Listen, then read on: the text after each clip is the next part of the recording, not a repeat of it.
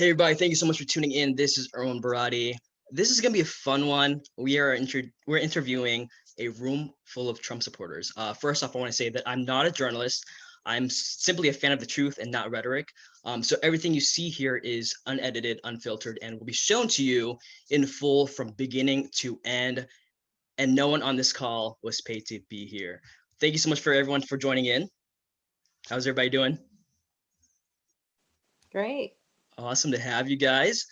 So one of the reasons why I want to speak to you today, not only because the election is coming up shortly in less than a week, but I do follow you all on social media, and I've seen your perspectives. I've seen the rallies across the country, parades, boats, trucks. Everyone has these really cool parades for Trump, and so I've seen it all. I've seen all of them, and there are even rallies in Hong Kong, Japan, Korea, Israel, Canada. So there are people supporting Trump from all over the world, despite the mainstream narrative that he's hated, right?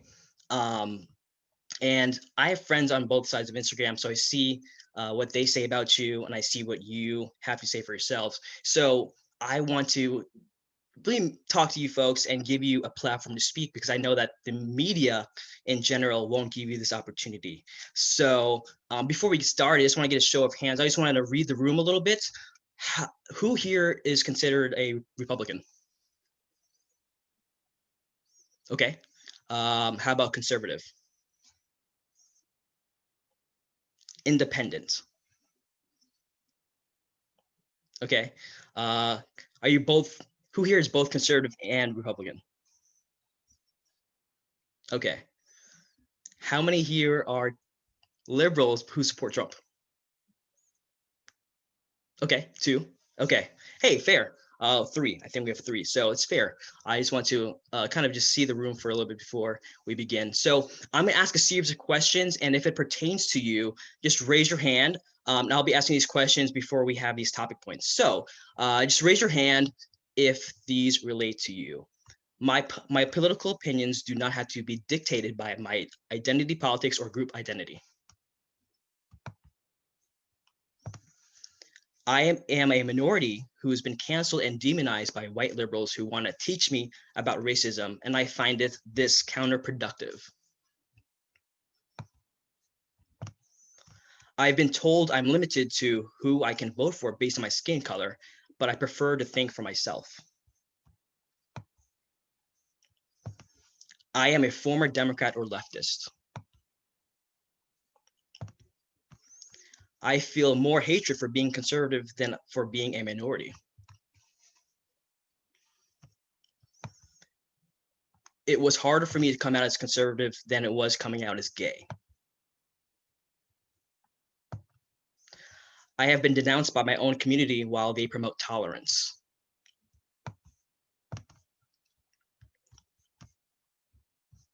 Okay. There are far-right extremists and supremacists, but they do not represent me.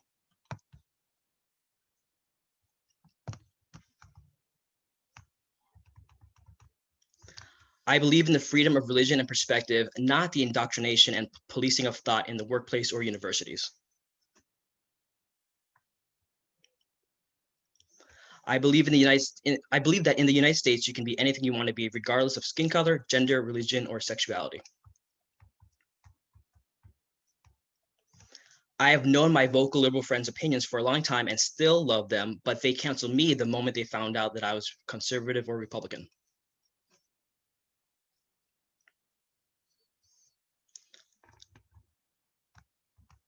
Okay, so we're going to go ahead and dive into the first question, and we can speak openly. So just raise your hand in the Zoom chat if you want to contribute.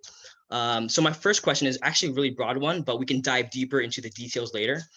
What are the common misconceptions that the media portrays about your party, especially when it comes to immigration, LGBTQ rights, race relations, etc.?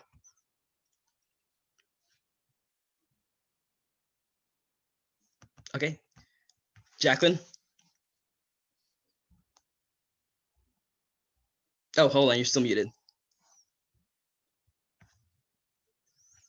Here we Can go. you hear me now? Yes, ma'am. Okay, I think the idea that most Republicans are are racist is the most ridiculous thing, since I'm probably one of the oldest people in this room. So I've never been a Democrat. I've been a Republican for a very, very long time.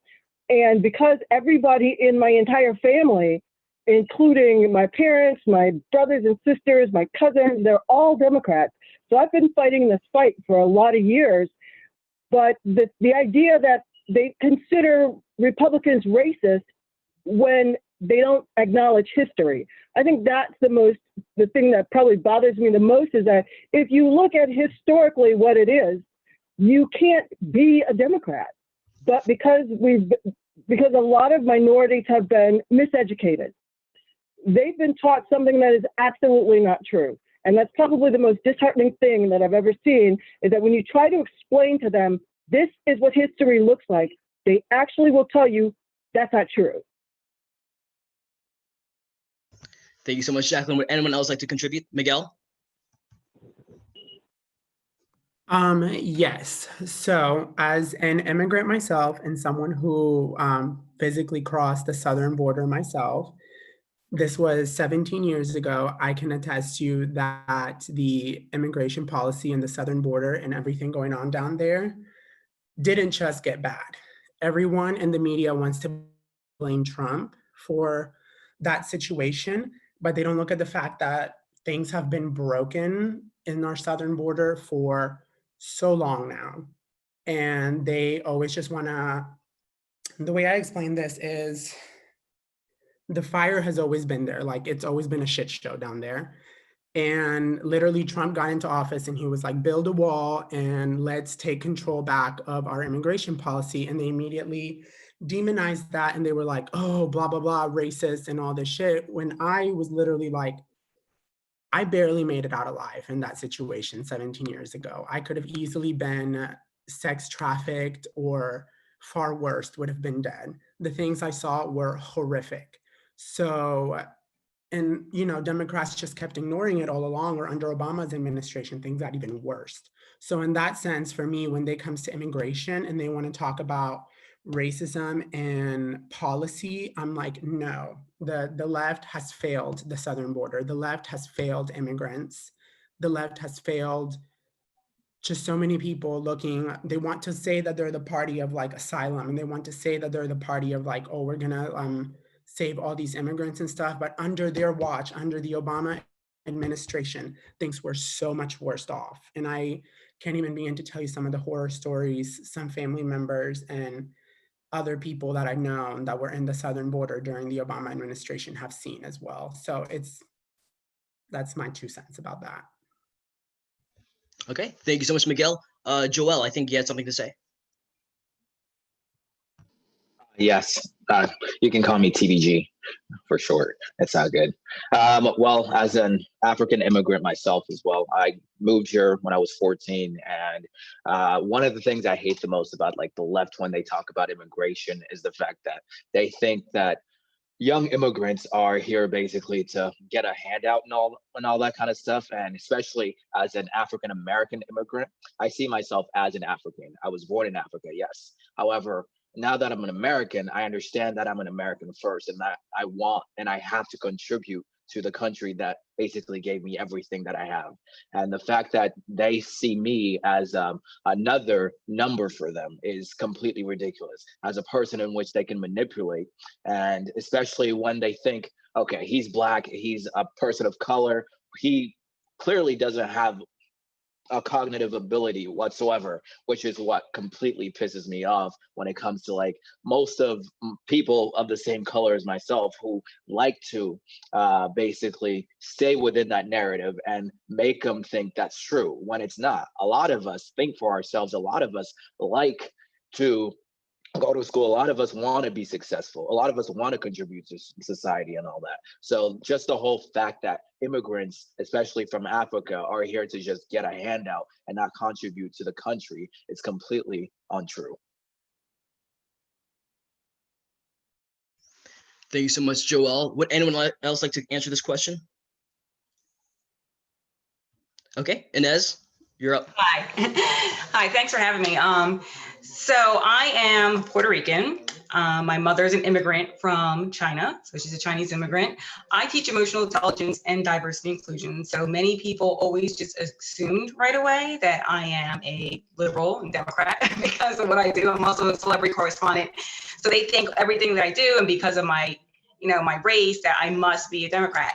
So this summer, many of my liberal friends found out that I'm a conservative and that I'm a Trump supporter. And I became vocal about it because I was always like very tolerant of listening to everybody's sides. I felt it was really important to get the full story. But everything that's happened since COVID and whatnot, I went and researched a lot more to really understand more about Trump's policies and everything that he has done for this country. And when I started to be more vocal about it, for the first time in my life, I was called a racist, from people that even know me really, really well, people that worked with me, my peers. And I'm like, wait, you know me so well, you know my character, but because I voted or I'm a Trump supporter, suddenly I became a racist. And that's really disheartening to me that people can't just really accept each other's opinions, or actually just listen to each other and listen to understand why I am a supporter of his.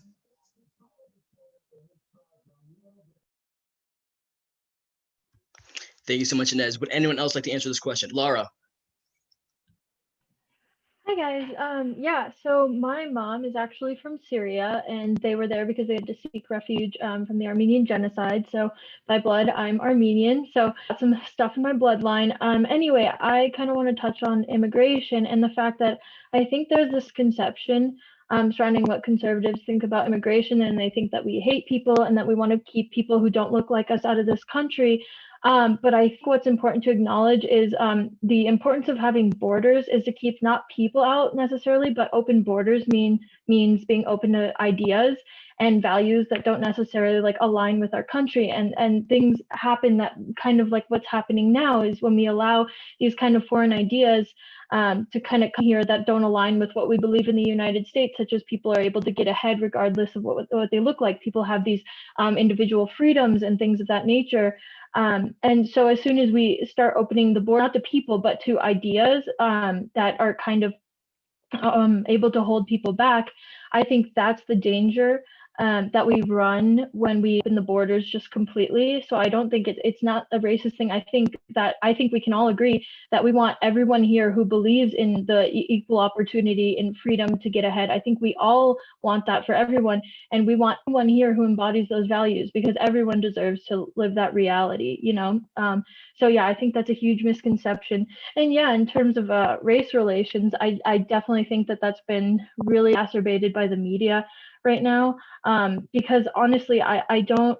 Some of the people that have been yelling at me for being a racist are the people who would never talk to people of color in high school. Like I literally look at these white girls and they're yelling at me saying, "You can't vote for Trump. You're such a racist." And I'm just like, wait, are you kidding me? Like I wasn't even friends with you pompous people in high school because you wouldn't even give these people of color the time of day. And those were my only friends. Those were the only people who took me in because they weren't pompous. They were down to earth, and they're just doing the exact same thing again. So yeah. Thank you so much, Laura. Would anyone? Oh, Nicolette.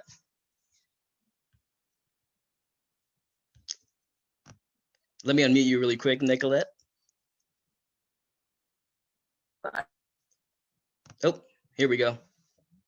One more time. Okay. Can you hear me? Okay, cool.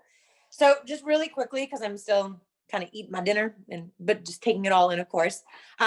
The bottom line is, as far as the wall goes, and this is just the bottom line, the reason the wall is put up is to simply protect our land, protect us. I mean, if that was the case, why don't we all just keep our doors unlocked?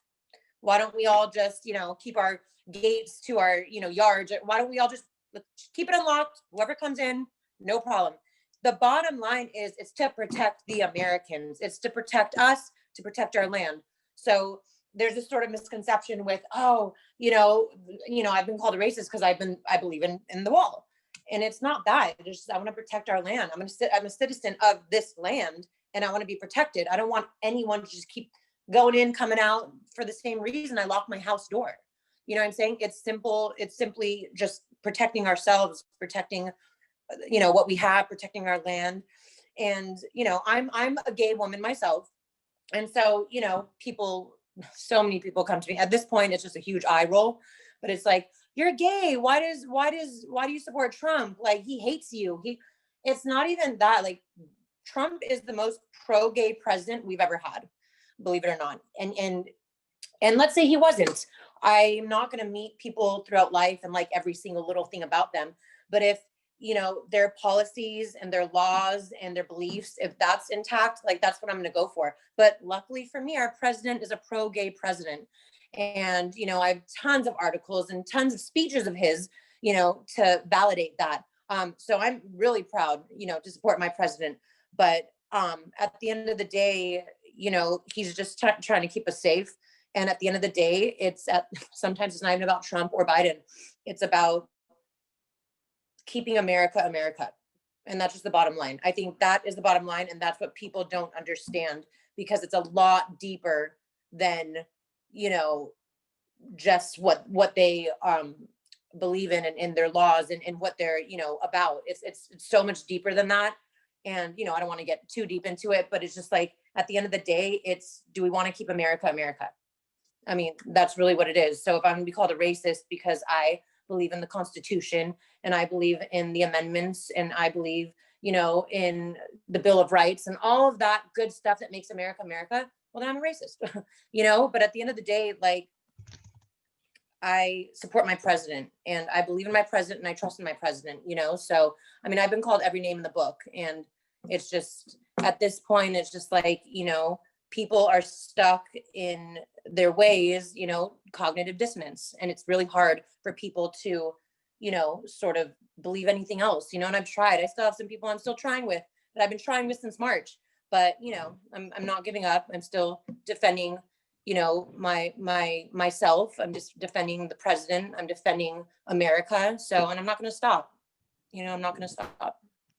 Thank you so much, Nicolette. And before we go to next comments, really quick, a show of hands. How many of you believe that the president's policies when it comes to securing the border does have to do greatly with trafficking?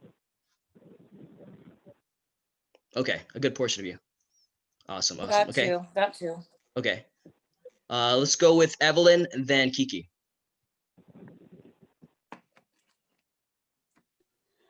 Hello. What I wanted to add is there's this misconception that conservatives are white supremacists. They're xenophobic and homophobic, and that is not true. And for me, like what he's done for immigration, I always have to look at the facts and look at history, as I think Jacqueline pointed out. Democrats have been using the immigrant vote to keep power and stay in power, starting with like the Irish immigrants, and it's still going on now. They pander for our vote, but what have they done for our community? If you look at what the Obama administration had done, they deported about 1 million people, and they say that it was like criminals, but I would like to see a list, you know, of that to back it up. I have not, I don't agree that it was all these criminals and all these things.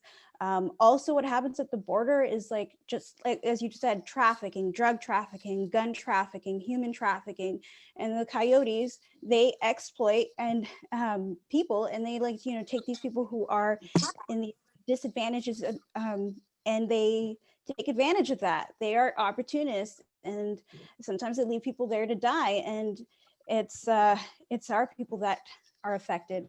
And also, as far as the immigration, you know, I come from, like, I'm first generation born here. And as far as like, everybody says like, you know, you can't come in on stolen land. This is stolen land. But as far as like, it was stolen land before that. It was stolen land before that. If you look at the history, and as far as like, you know, they want to say that it was not peaceful here.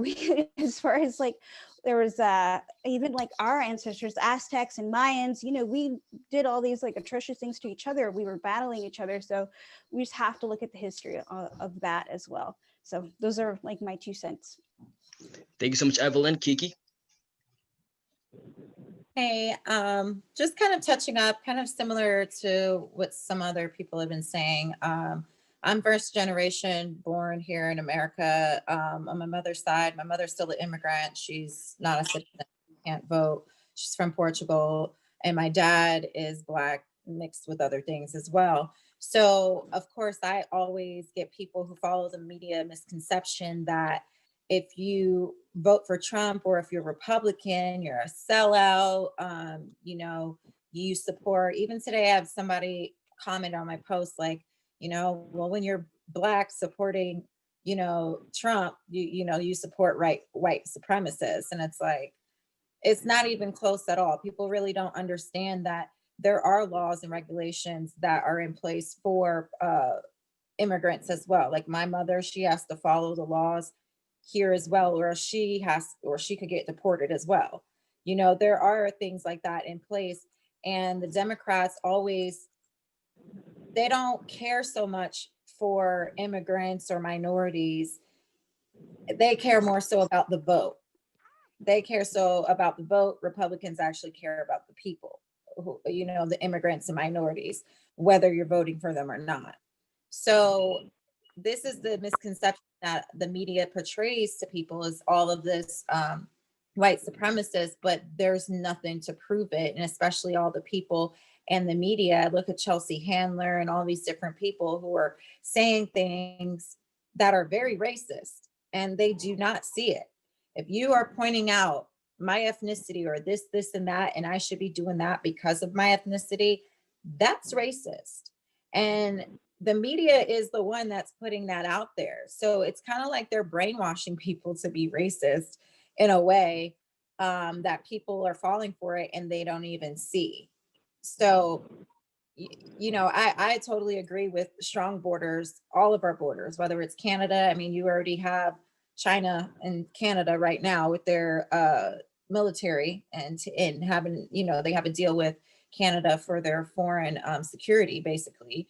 So you have to protect all the borders all around your country. That's every country you go to. If you go overseas and go to another country and you're on a visa and that thing is expired, you might be breaking laws. And I remember going to court one time out here in California, and there was a large, it was in Newport Beach area, and it was like a large population of Hispanics who were in court, and a lot of them were being, detained and all that by ICE and going to court for repeated offenses that were like, I was sitting there like, why, how are they still getting in? Like, how are they still coming back here, repeating all this stuff and going back? Like my mom would have been deported by now. And she even was scared to even fly and go visit Portugal while Trump's president. My mom's not Republican. My family's not Republican at all. I'm pretty much the only one besides my relatives on my Portuguese side. But everyone else, they're all Democrat. They're all liberals. And they really don't see it because they've been brainwashed to vote like that all the time, But it's just, it's really sad that they really instill that racism in people by brainwashing them to think that, if you ain't Black, you're gonna, if you vote for this, if you do this, you're that. Like, who are you to tell me that? And you're, especially if you're, white or another, ethnicity, telling another ethnicity what they should do. We just also had one of the people who was at the rallies, a guy commented on his post because he spoke Spanish to a white woman and who was being rude to us. And he spoke in Spanish, and he said, "Oh, you're trying to act Mexican and you have broken Spanish." Like, who are you to say that? So this kind of gets into it just is a foul game. It really is. And it's turning people against each other, like, Hispanics against each other, Asians against each other, and all that, and calling them each other a sellout. Like, sellout to who? You guys are the ones that are the sellout to the Democrats and the media. That's pretty much how it is. But yeah, that's all I want to say. Thank you so much, Kiki. Hey, Jacqueline had something to say, and then after that, we're gonna go to the next segment. So, Jacqueline, you're up.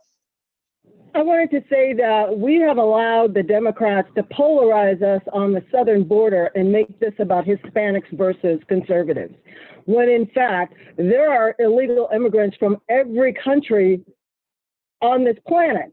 But because we've allowed them to just play off Hispanics, it focuses us on the southern border when there are Canadians here who are here illegally. There are Russians, there are if you name a country, they're here illegally somewhere. And I think it's not so much as important as which border we focus on, but the fact that we can only take in a certain number of immigrants. If we overload ourselves, we will fail our own system. 1 million, I think it's 1.3 million people are legalized every year.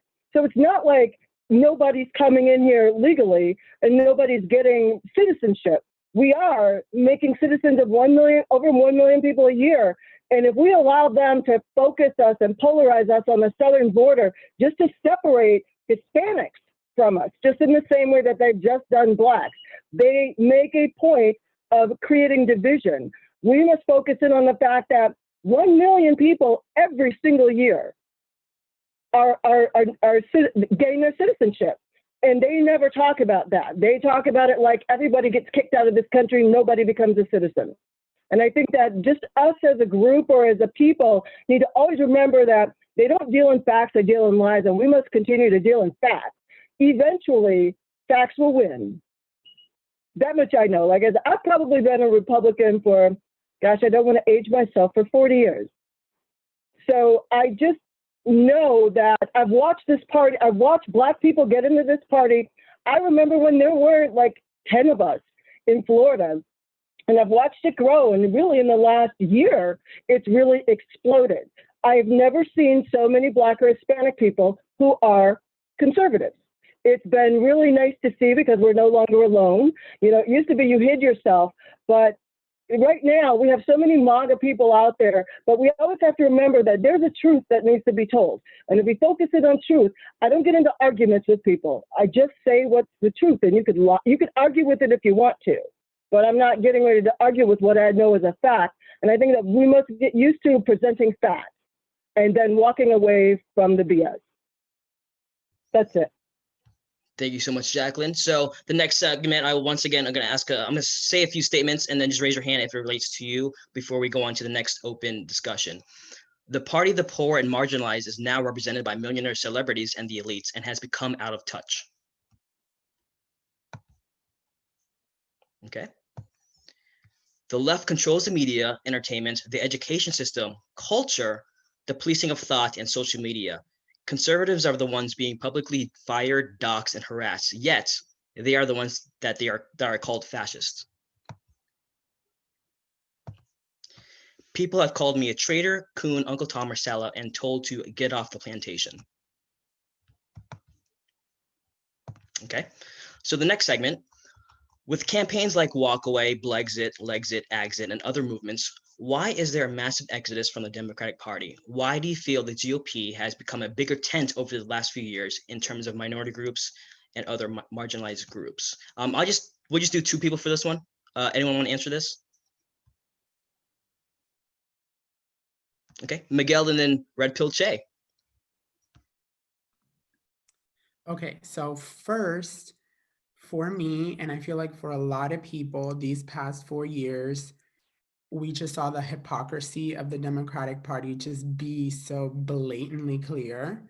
For me, it was when the senator from my home state of North Carolina, Tom Tillis, proposed a plan to give a pathway to citizenship to the 800,000 DACA recipients. And yes, in that plan, there was funding for the southern border. But that plan was very considerate, and it would have finally given students and workers like myself a pathway to citizenship and a future in this country. However, Democratic leadership blocked it immediately, and they turned it into a whole charade. So instead of giving me a future and an opportunity in this country, they, just threw my life back in limbo just because it didn't fit their narrative, or it didn't fit whoever was donating to them, or whatever they wanted to spend. So I feel like their hypocrisy and their narcissism has just become so apparent that people are like, you know what? We're done. We've been giving you all this vote. We've given you the media. We've given you the education. We've given you all this crap. And you still treat us like that. I felt like they literally could have not cared less about my life. They were like, no, who cares about your future, Miguel? Good luck, bye. So that's why I feel like you're seeing this mass exodus, because their hypocrisy is just becoming so apparent and in your face that you cannot look away anymore. Thank you so much, Miguel. Red pill. One second, sir. You're muted. Hold on 1 second. Here we go. Yeah, first of all, thank you for having me here. I think it just basically comes down to the time is up. Like you've had, all these years, decades to produce something and they haven't done anything. And so that's a big factor in and of itself, is just to say, well, we've been putting you in these positions in our communities and we've been trusting you with this authority, and you haven't done anything. Nothing has changed. So therefore, why do we gonna continue to keep making the same mistake? I think that, and also the just how far left that they have gone. And I think more than anything, especially this, we seen when all these things started happening and the whole BLM movement and all that, it was almost like we've seen in the past people riot, people protest, people demand certain things that, you kind of just say, well, you're saying that at a demonstration, but they've actually kind of validated these things. I mean, to say to defund the police and then with no resistance, the Democratic Party just go, okay, yeah, that's what we're going to do, is almost like, well, wait a minute, like, why are you going that far? You know what I mean? Like, I've never seen anything like that. I mean, I was around in '92 riots here in LA, and it was like people were asking for all type of things, but that doesn't mean you're going to get it. And for them to just say that and to just give it, and the whole, polarization of this country is really on the side of the left. They're the ones that are drifting apart from the Constitution. They're the part that's drifting apart from our freedoms, and they're using different things to try to, achieve these goals. So I just think it's those two things: the time that they've had and haven't utilized it successfully to make our lives better, and then the shift in their politics to go that far left, and to see that the division in this country is really on their side.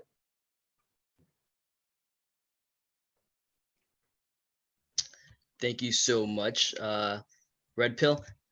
The next segment, once again, under another slate of questions or statements, and raise your hand if you, I guess, if this reflects you. I can talk about policy for a full conversation, yet haters of Trump can only offer he is racist. I support prison reform, which removes many Black men from prison. I support employment numbers for Black, Latino, and Asian communities. The left says that we should support all women, all minorities, and all LGBTQ voices, unless they're conservative. So my next open question for everybody, and I'll take three. Which policies specifically do you believe help minority groups?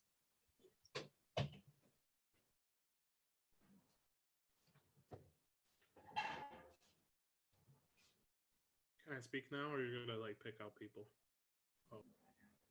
Oh, you're a little low. If you can bring your volume a little higher. Can you hear me now, or? Yes, sir. Just a little higher. A little higher. Let me see if I can. How about now? Here we go. Yes, sir. So one policy that really doesn't get to shine on is really the opportunity zone.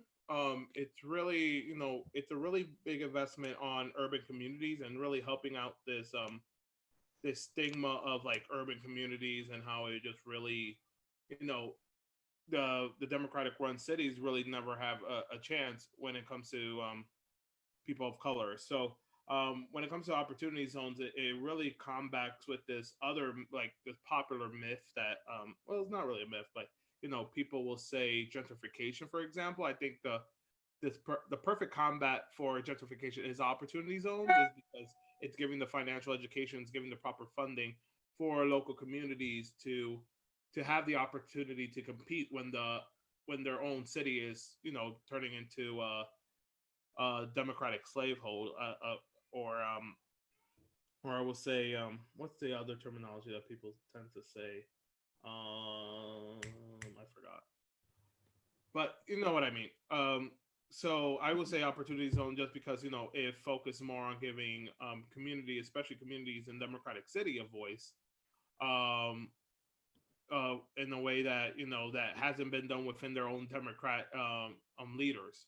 And that's why you see a lot of, like, even insider polls are having like these usually traditional blue states that might be considering switching over to red. For example, New York, which it's still hard for me to believe, but there has been more data coming out, if you break it down by county, that New York actually has a shot for flipping red this election season due to these policies. Thank you so much for not saying. Thank you so much, Fernando. Anyone else like to jump in? Okay, Kiki. I can definitely speak on the whole tax cut reform that's going on, and that kind of did away with like thousands of basically regulations that the Obama administration did, that basically it kind of oppressed a lot of businesses and economic growth.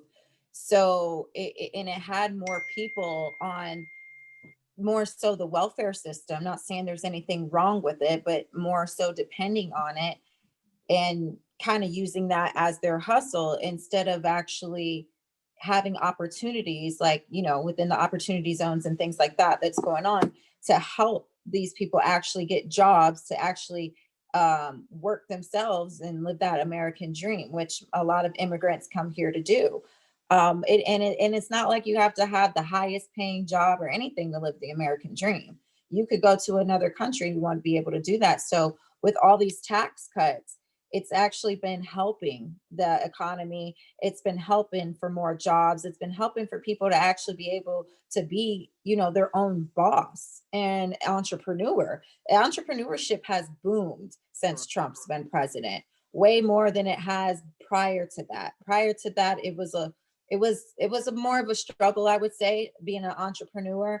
But now it's just like you can thrive as one. So I would say his policies when it comes to all the tax cuts have definitely made a difference versus the previous administrations that have been in place.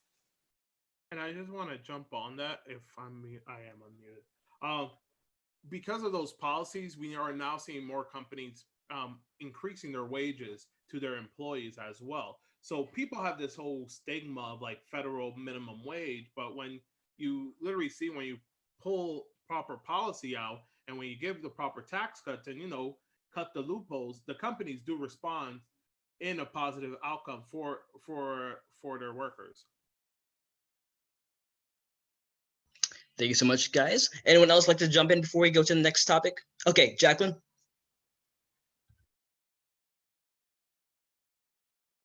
One thing I want to say, and like I said, I'm glad you like this, Kathleen, because I believe in the history of what's actually happened. I think that, and most of you might not remember this, when Bill Clinton was president in his first term, Bill Clinton was the first person to throw people off the welfare rolls. And the Democrats cried, if you do that, and he did it with Republican pressure. And the Democrats cried, if you do that, people are going to starve in the streets. We're going to see babies dying. And what actually happened was when people got off the welfare rolls, they went to work. That's what needs to happen now. And I think that the reason that we have the lowest unemployment in 50 years is because of job creation, because of the lower taxes, where businesses can actually function. I've been self-employed most of my life. I'm a bad employee. I'm a good consultant. But I actually know what it's like to be a single self-employed Black mom of a special needs child, which I've done for the last 20 years. And so I've watched this happen, and I can honestly say that I don't like to demonize anybody, so I'm not going to listen to the demonization of every single Democrat, because It's just not true. There are conservative Democrats who walk with us, but by and large, it's their party stance. It's their platform that we disagree with. It's not every individual, and we have to remember that there is a place to cross the line and work with people. Just not most of them. I mean, I'm being real. Most of them are what they are, but there's always some people that you can cross the line with. And I don't love Bill Clinton, so don't get me wrong, but I do remember what he did that day. He closed down the welfare rolls, and all people did was go back to work. That's all. Thank you so much, Jacqueline. We're going to move on to the next topic, and this is specifically for our brothers and sisters in the LGBTQ community. So I'm going to read a quote here that I found online. It says, Trump sees substance over group membership, merit over labels. For example, he has the most women in a presidential cabinet. He also had the first openly gay man in a cabinet, Richard Grenell, former ambassador of Germany, who was sworn in by Pence and is now the co-chair of Trump Pride. And this statement was taken directly from the Trump Pride sites. President Trump stands in solidarity with the LGBT citizens by supporting and enacting policies and initiatives that protect the well-being and prosperity of all gay, lesbian, bisexual, and transgender Americans. Trump Pride is a diverse coalition dedicated to re-electing President Trump, the first president to begin his presidency in support of marriage equality. Through his bold plan to end the HIV epidemic, to his global campaign to decriminalize homosexuality in the 69 nations where it is illegal, President Trump has proven himself to be a strong advocate for the LGBT community, both home and abroad. Would anyone like to reflect on this statement? Okay, Clint.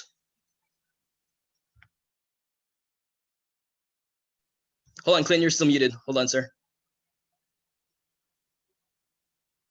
It's still muted. You might. Okay, here you go. That good? Yes, sir. Okay, great.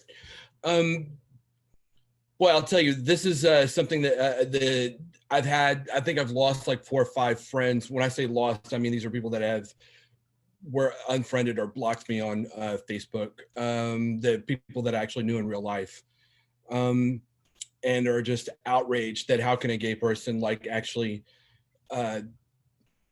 support Trump or support conservative causes or walk away from the Democratic Party. And one of the things that I had to recognize, this has been a long process for me that actually started in 2016 when I saw the Democrats support Hillary Clinton, and I just couldn't get behind that candidate. I couldn't get behind her.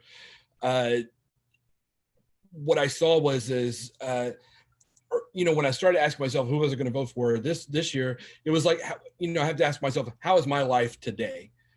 What is my life like today? And is my life better or is it worse?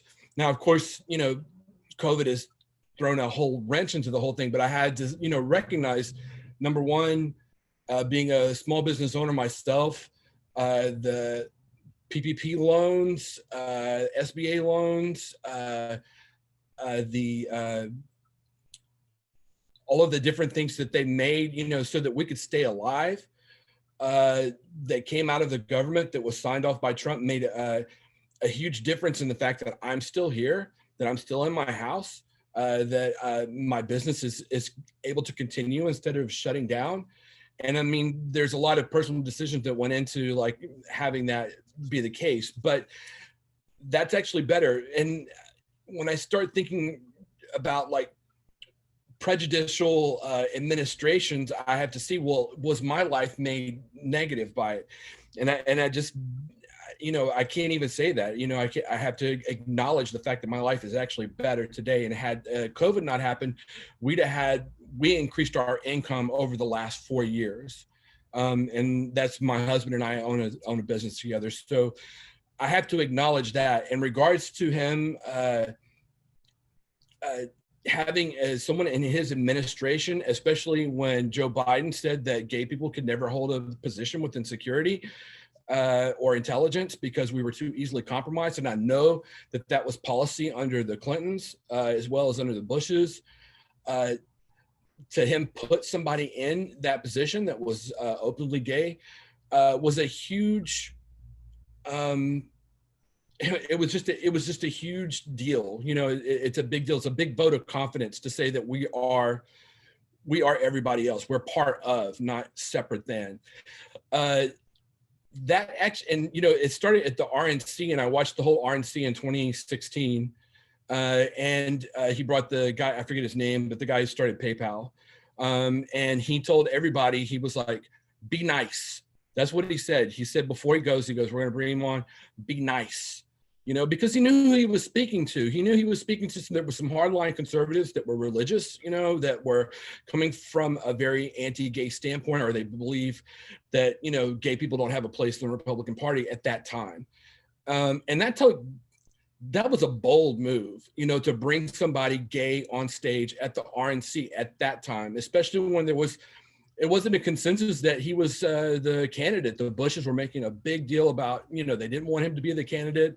They had a lot of hardline people that were for them. And so, but he brought him on, gave him a platform, allowed him to speak. And to me, that meant a lot.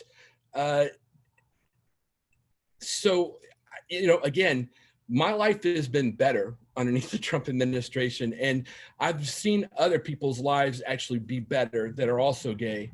And, I have to acknowledge that. I can't turn my back on that. So for me, without having him legislate something specific for us. Oh, the last thing I will say, his appointment to the Supreme Court, signed off on the work protections for gay people. Now, from my standpoint, I always thought that should be put into place before marriage, because if a person can't make a living for themselves, then they can't, then how can they expect to be married? And I'll say this, that I'm from Texas originally, and I've seen prejudice in the workplace, where the boss doesn't, passes you up for a raise or passes you up for a promotion, or you're not hired. And, you figure you're going through like all the things like, oh my God, I crossed all the T's and dotted all the I's. Why? And, you realize you come to a point where they didn't like me probably because I was gay, and you have to acknowledge that at some point.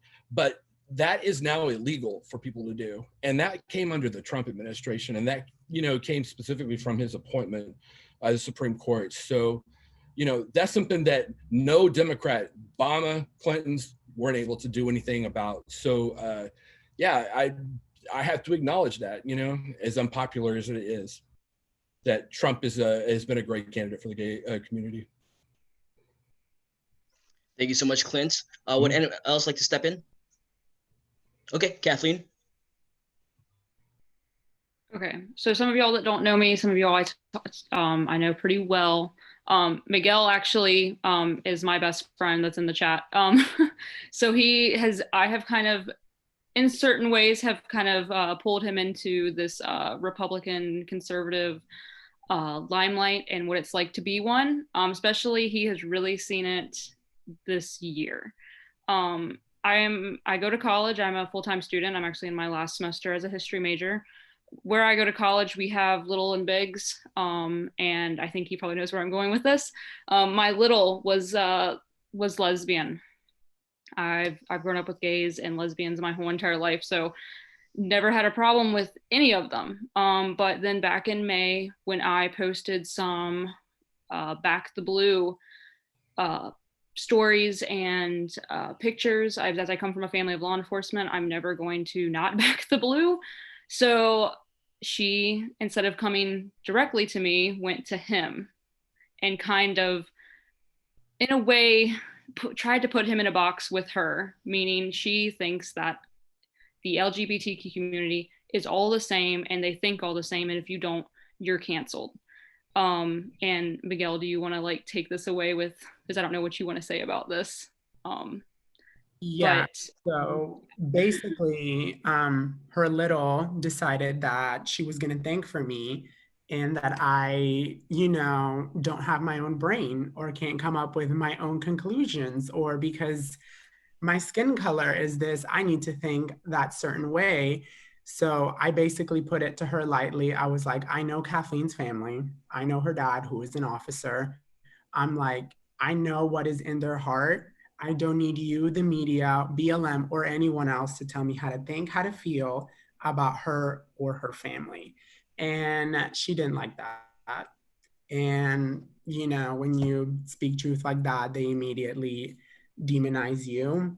And I don't know, I guess just to back off to what Clint said, what Trump has done is actual policy and actual protection versus what the left does, which is, you know, talk about non-binary and gender politics and crap, which don't really matter. That doesn't really protect us, knowing which bathroom you need to go to. It's more about actually protecting you and your well-being. And I feel like Trump has done that, not the left.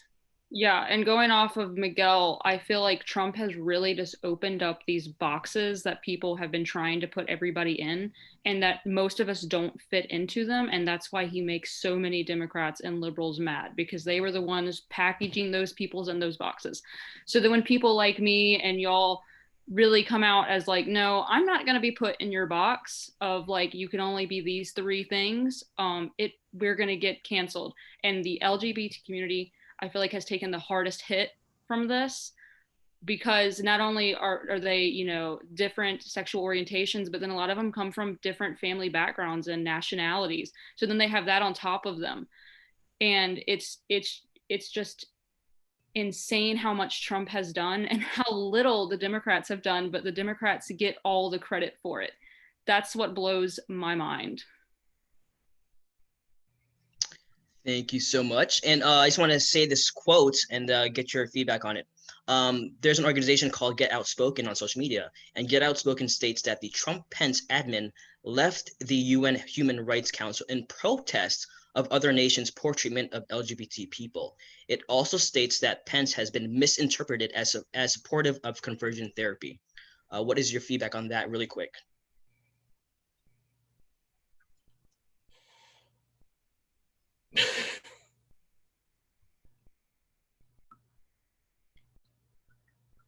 Oh, go ahead, Clint. You had something to say? That one more time. I'm sorry. Oh, no worries. I just want to. This is a quote from Get Outspoken. It says that the Trump-Pence admin left the UN Human Rights Council in protest of other nations' poor treatment of the LGBT people. It also states that Pence has been misinterpreted as supportive of conversion therapy.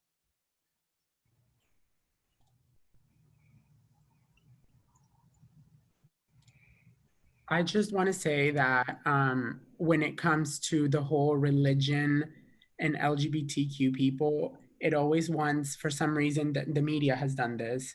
They always want to portray it that it's Christianity against, you know, gay people or LGBTQ people, when in fact Islam has done far worse. And people, it's okay for you to murder someone who is gay in Iraq or in Arabia, and that's fine. So I completely agree with them wanting to leave the Human Rights Council, because if we're talking human rights, especially in the UN Council, they're relative. It depends on your geography in the globe, which human rights you have and which ones you don't. So if we're going to actually make them universal, let's make them universal and actually go tell, you know, those Islamic countries, hey, don't murder gay people. So I agree with that decision. And again, when it comes to religion and people, you know, practice and believe in whatever God you will be. But if we're going to talk about universal human rights, then you actually need to put it into effect and then tell the rest of those countries participating in the UN to hold up their part of the bargain too. Thank you so much, Miguel. I'm going to jump into the next topic. We're going to touch on immigration a little bit again before we move on to other topics. So show of hands if you agree with these statements. Immigrants who come here legally have a better quality of life than those who come here illegally. Trump's admin has been successful in battling human and drug trafficking. I believe in a system that allows immigrants into the country, but vets out anyone who can potentially hurt citizens. Trump did not build the cages. So really quick, 2 or 3 people. Obviously, you folks believe that a secure border is not xenophobic, but in fact practical. Why do immigrants come to America, especially countries like Cuba and Venezuela that have socialism? Okay, Miguel. I think I saw Miguel the second, Miguel. Yeah, the first time when you said Miguel, I was just like, I didn't say I wanted to say something. No, I mean the problem I have with that, I know someone else had touched base on that. I can't remember who it was, is when people make it as if the only people that are immigrants are, are Mexicans and people from Central America. I think it's like I don't like when they use that word when they say immigration. Like I'm a first generation American myself, and I'm not from Mexico. You know what I mean?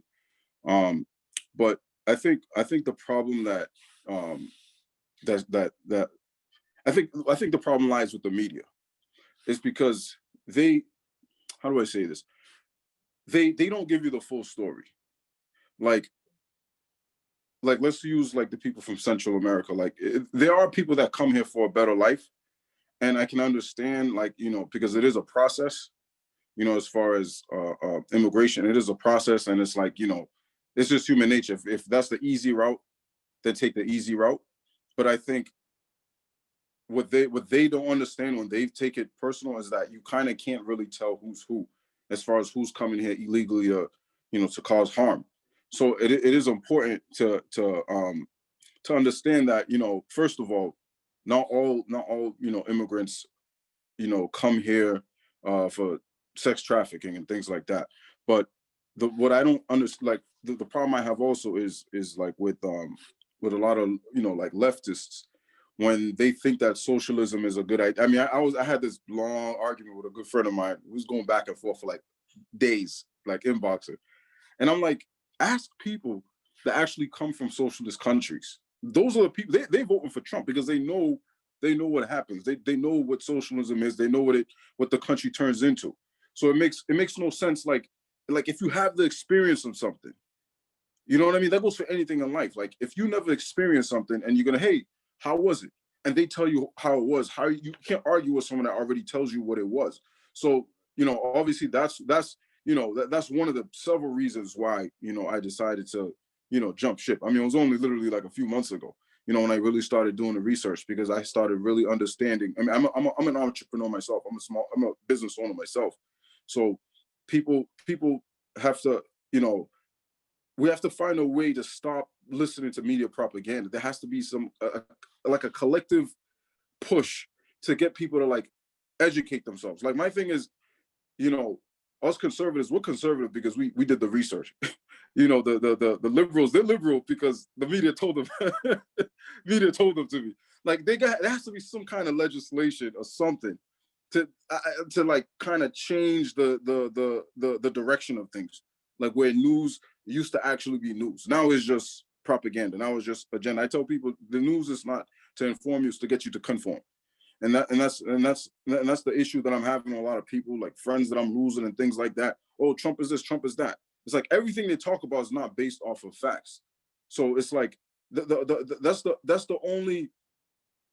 other issue I have with the whole immigration thing. I think we do put too much attention on illegals that cross over the border, but you can also come from somewhere else, fly in on a plane and outstay your visa, and I don't think we do enough to regulate that.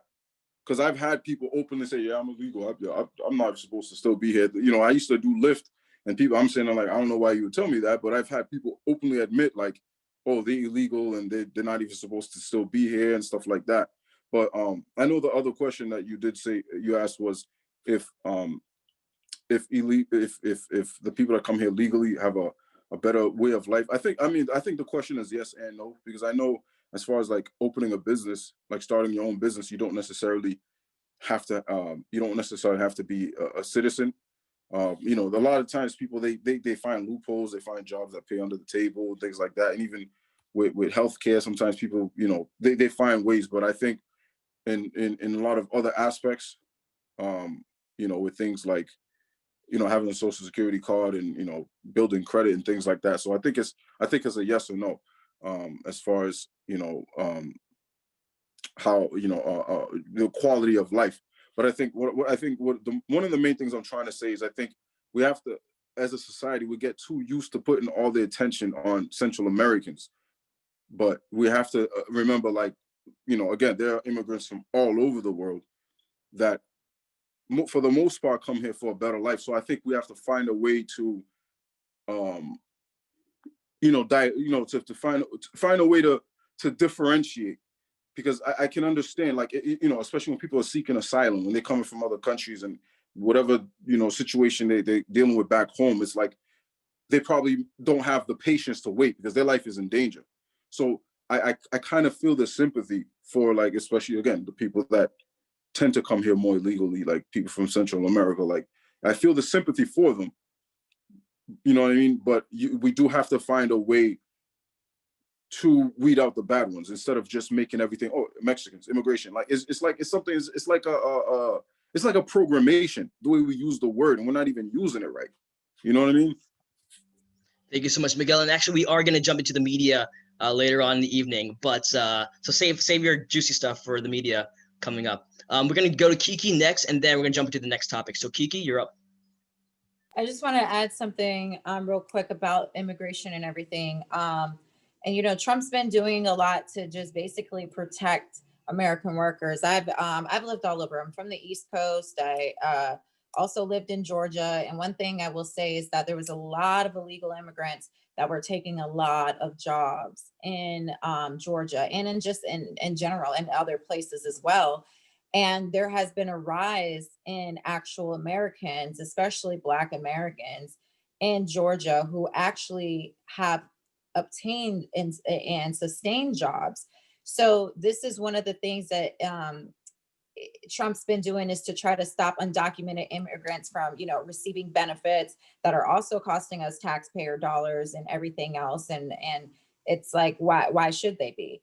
And then also on top of that, to try to award, immigration status based on skill and merit, and basically all the reforms he's doing is to basically help advance, like, the safety and prosperity of people in this country, while trying to help all the new citizens to basically just flourish, and I think that's very important, because there are a lot of immigrants that are here in this country that do want to flourish.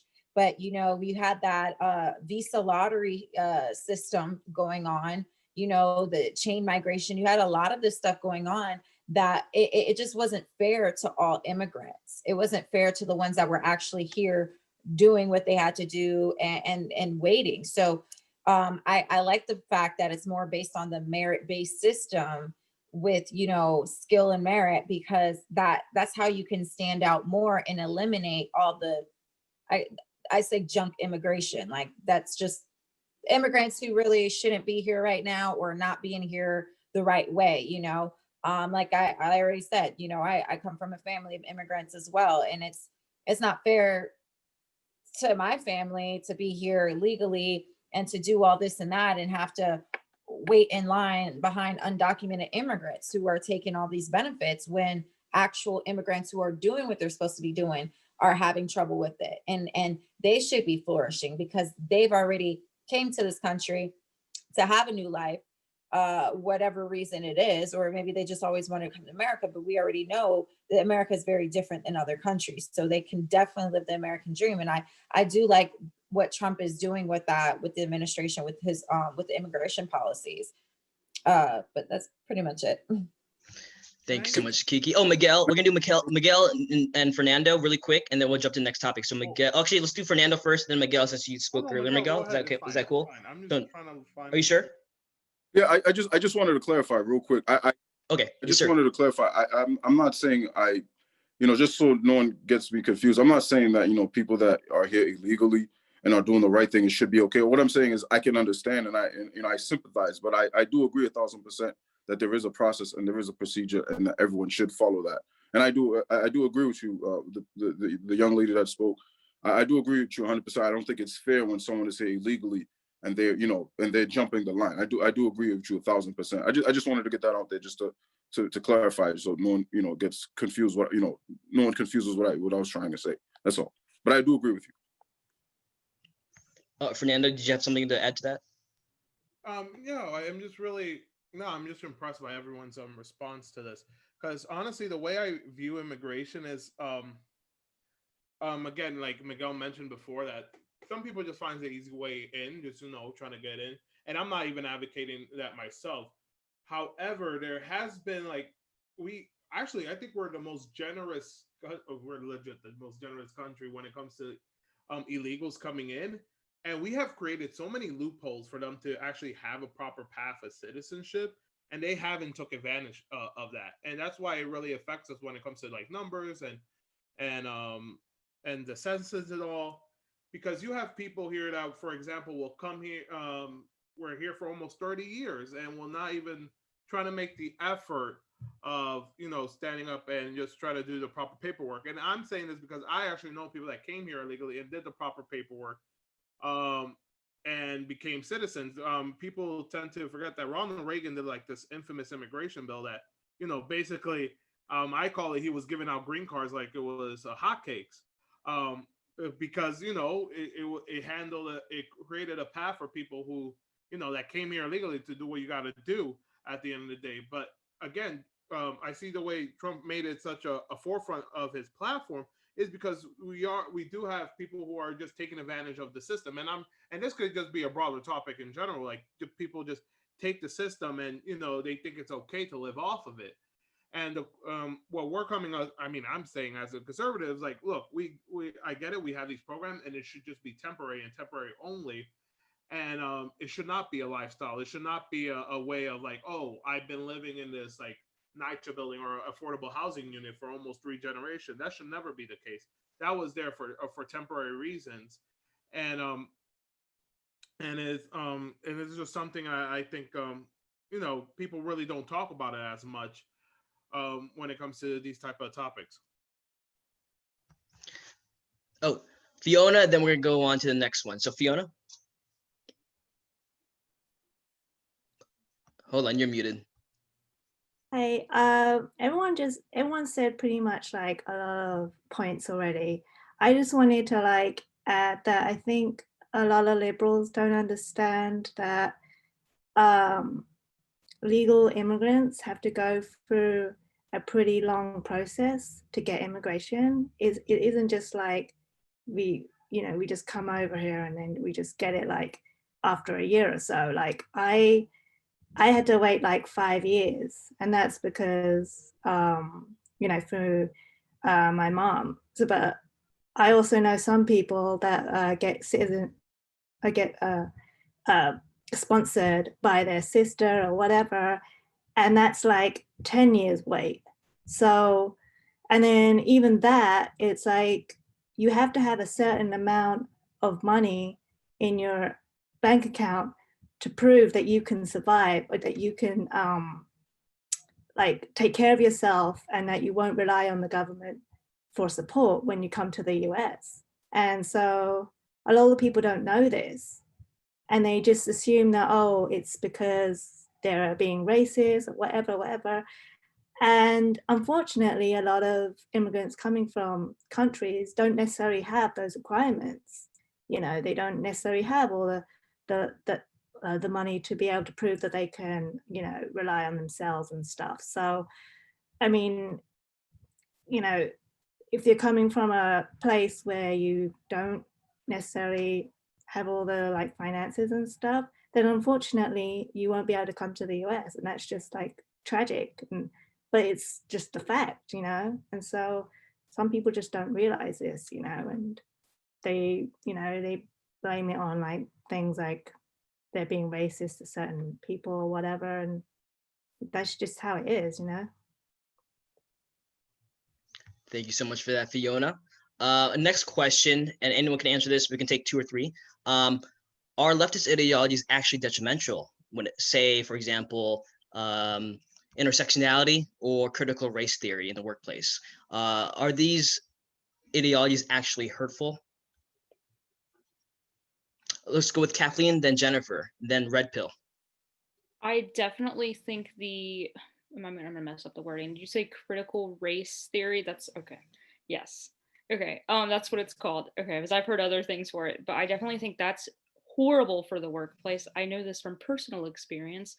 when my boyfriend moved back up here from Florida, where he lived down there for a few years, he had the hardest time getting like a grocery store job because he didn't meet the race criteria, which is just ridiculous. At the time, he was like 19 or 20, and I mean, it took him months to find a job because he was white. That is just so offensive, not only to people of color, but it's offensive to white people. It's just ridiculous and unrealistic. If someone is looking for a job and they show that they actually are going to do the job, they should just be able to get it. We shouldn't go based off the color of their skin. That just totally defeats the whole purpose, I feel like, of the civil rights movement going back into the 60s. It just totally reverses any of that, because now we're just judging people based on their skin color for a grocery store job. Like, that's just ridiculous in my opinion. So I found that way more harmful than good. Thank you, Kathleen. We're gonna go with Jennifer next, then Red Pill, then Clint.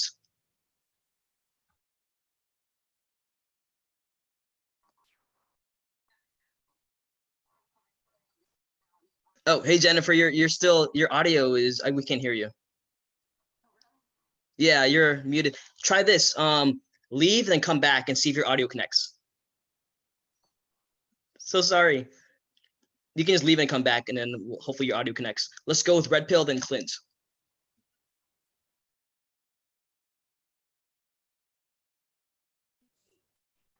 Okay, you hear me?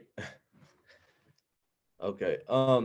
Yeah, with things like critical race theory, yeah, I think in its core and what its foundation, it is detrimental to our country because it's a Marxist ideology that comes from critical theory, which critical theory tries to name everything that is American is bad, and everything that has to do with United States patriotism is bad. What critical race theory did was just take that and put it into a racial aspect to say that anything that is white is bad, and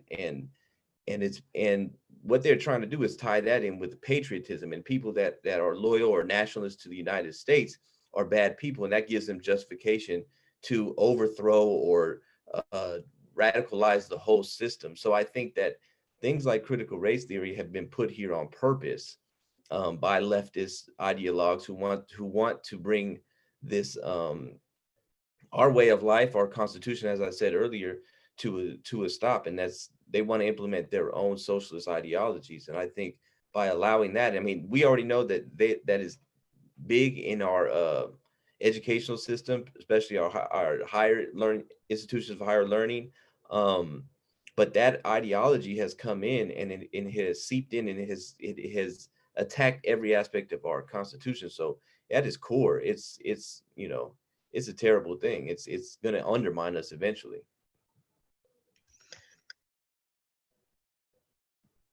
Thank you so much, Red Pill. We're gonna go with Clint, and then we're gonna try Jennifer again. Clint, you're up. So to date myself a little bit, back in the day, I applied for several jobs, entry-level jobs in the industry at a couple of studios in California, and I was denied access to the job because of their affirmative action programs that were in place. And the reasoning from human resources, because I really pressed it, was we are only offering this particular position, a production assistant job, to somebody that has been chronologically denied access to the industry. And I tell you what, it was really, really frustrating. Number one, it's very difficult to get a job in the industry, period. But to be sniped out by something, that's like that, and it is really frustrating. And I'll tell you, it wasn't just my opinion. Obviously, it was the state of California's opinion, because they banned affirmative action programs. I think the early 2000s. It kind of was considered to be kind of a failed policy that really wasn't helping, was breeding a lot of resentment and things like this. Now, I understand that the governor is trying to get those back into play. But in regards to critical race theory, now some of the things that I've read about it, initially were people in Portland, I guess the mayor's office was sending down things where they were sending them to all employees. It's just sounded just outrageous. But what I've read about it thus far, anything to me that is when you're telling a white employee that, or a white person, that they need to feel bad, inherently bad about historical events that didn't necessarily have anything to do with them. I don't see how that helps anyone, you know. To me, a person that is going to be walking around with that type of mindset is they're going to be less likely to contribute to society. They're going to be less likely to try. They're going to be less likely to, you know, try to promote ideas. I see them shrinking into themselves, and it's a really unfair burden, especially when you consider the fact that not all white people are considered, created equal. I mean, we've talked to, you know, people that are from other countries that are coming over here. They're Caucasian, but they're not part of that historical, that historical makeup. The other thing is we have white people that are also, you know, LGBTQ, that have really faced real oppression, and now you're going to make them feel more oppressed because of the color of their skin. It is inherently racist. It doesn't serve anyone other than to breed. To me, it seems to me that the only thing it does is breed resentment towards the racist more. It's a destructive policy, and I don't understand it. And only to say that if there was a purpose, it seems to be that the only purpose is to make people hate each other, and it's institutionalized. So I can't say enough against it. Thank you so much, Clint. We're gonna try Jennifer again. Hopefully your sound works, Jennifer. Can you hear me now? Here we go. Yay.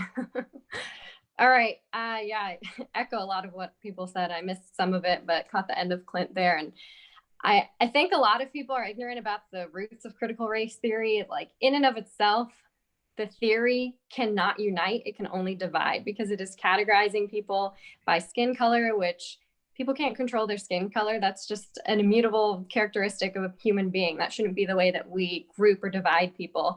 But critical race theory has its roots in Marxism, and Karl Marx, and then after him was the Italian Antonio Gramsci, who came along and said that the Marxist revolution didn't work because it didn't take into account, it didn't recognize who the cultural hegemony were, who was in charge of the culture that was oppressing the little people, like who was that? And right now we have determined that the cultural hegemony that's oppressing everybody else are white people, specifically white males who are Christian, who are straight. And that is patently absurd to think that we have come so far in race relations in this country, and to think that that is still the way that we need to be viewing people is fundamentally flawed. And so I think it's a really dangerous perspective to take, that you just categorize and group people based on skin color. And people do that to me. I look white, but my mom is an immigrant from El Salvador. I'm the first generation born here, first person in my family to go to college. And so people will presume certain things about me. I support Trump, I must be a racist.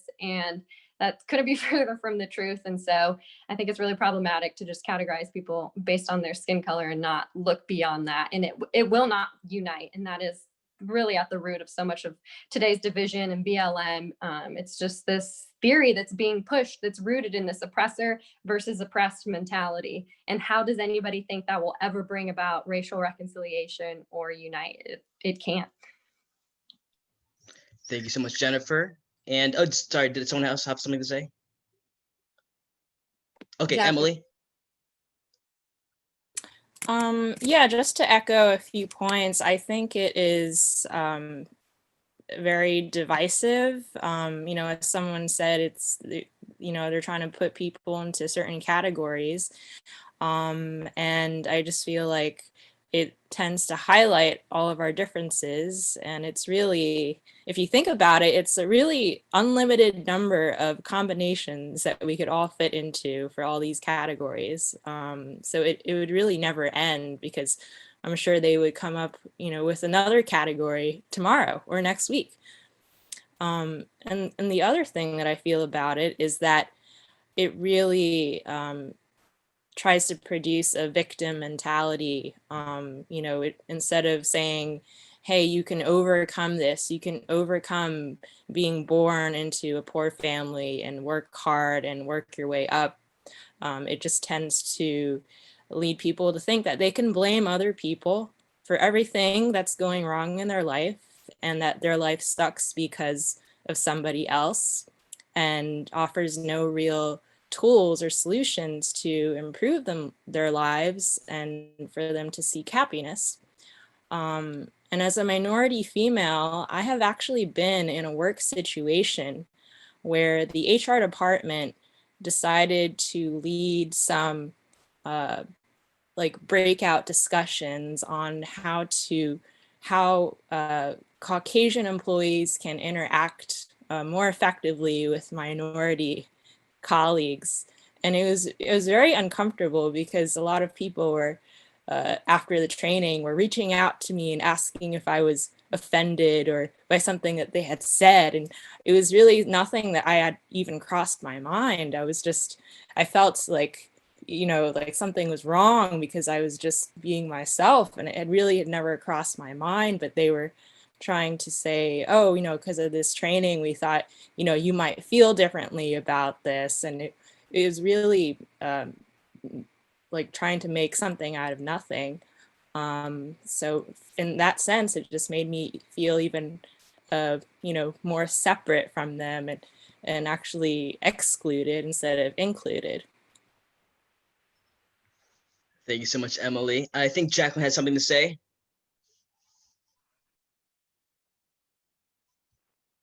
I'm probably always going to be going back to the historical roots of things.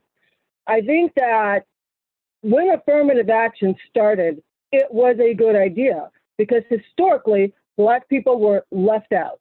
You could not go above a certain level. You could not have certain jobs. You were relegated to these things. But there's always a place where a good idea goes bad. And I think we reached a critical point where the good idea of where affirmative action started has gone bad.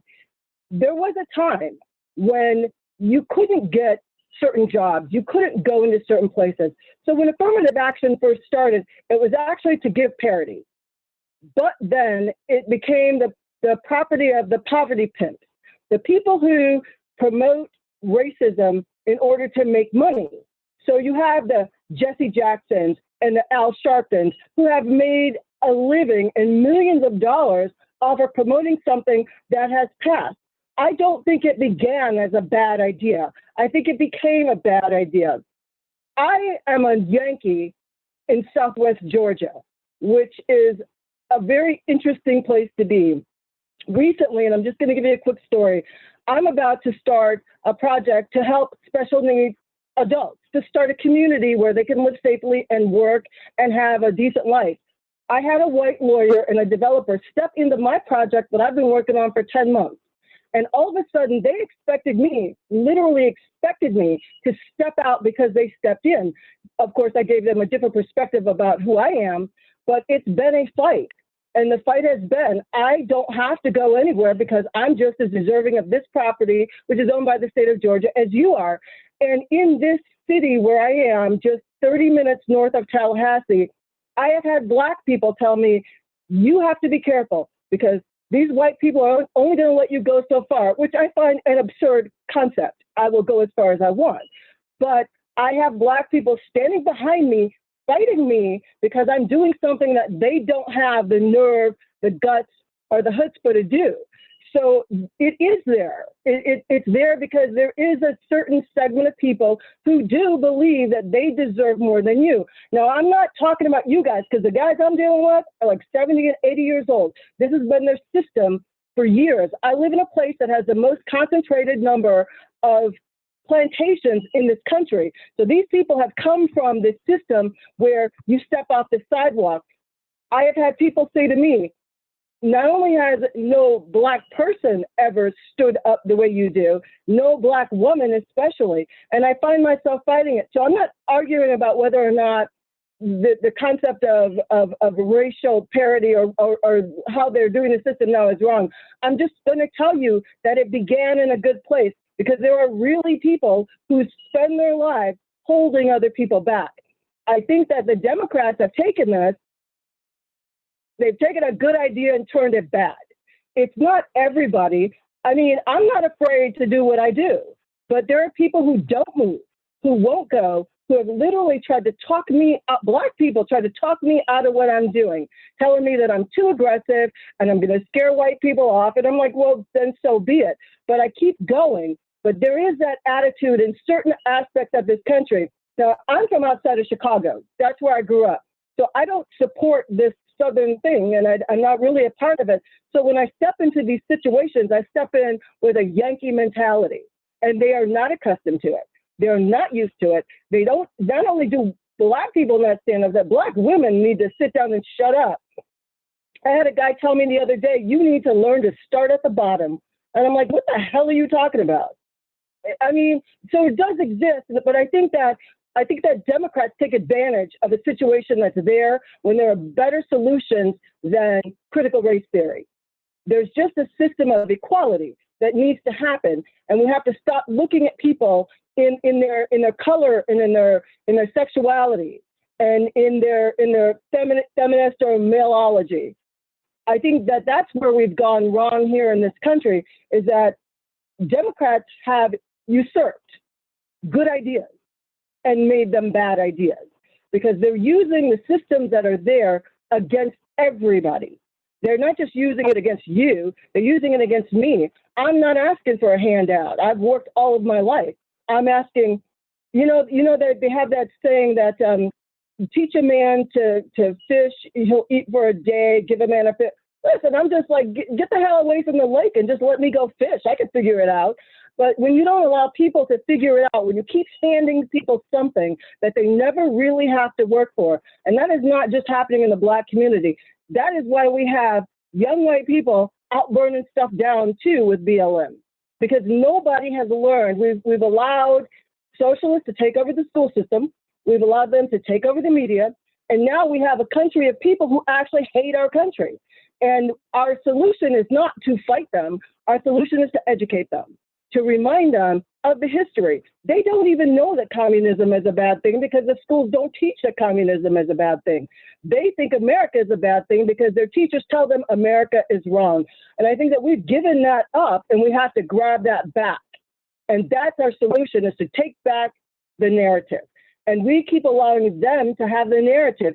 Even Trump is doing it now. I don't even know why Joe Biden's talking. He was a racist up until he ran against Donald Trump. Donald Trump was never a racist until he ran against Hillary Clinton. So we keep allowing them to control narrative. And instead of arguing about it, I'm just all about tell the truth, tell the truth, tell the truth, tell the truth. If you keep telling the truth enough, people will hear it.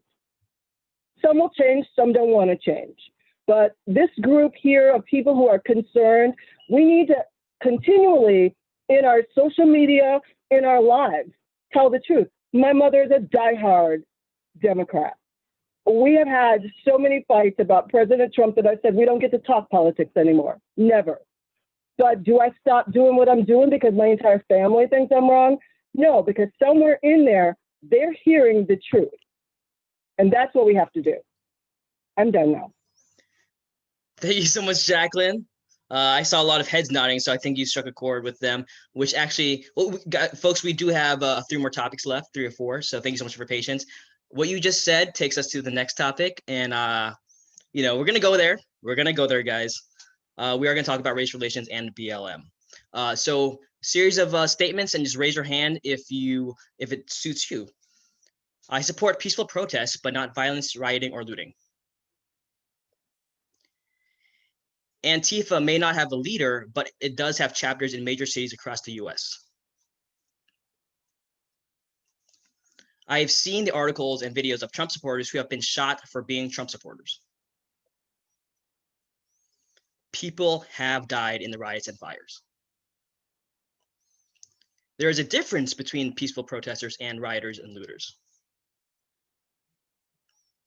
There is a difference between Black Lives Matter, the phrase, and BLM, the organization.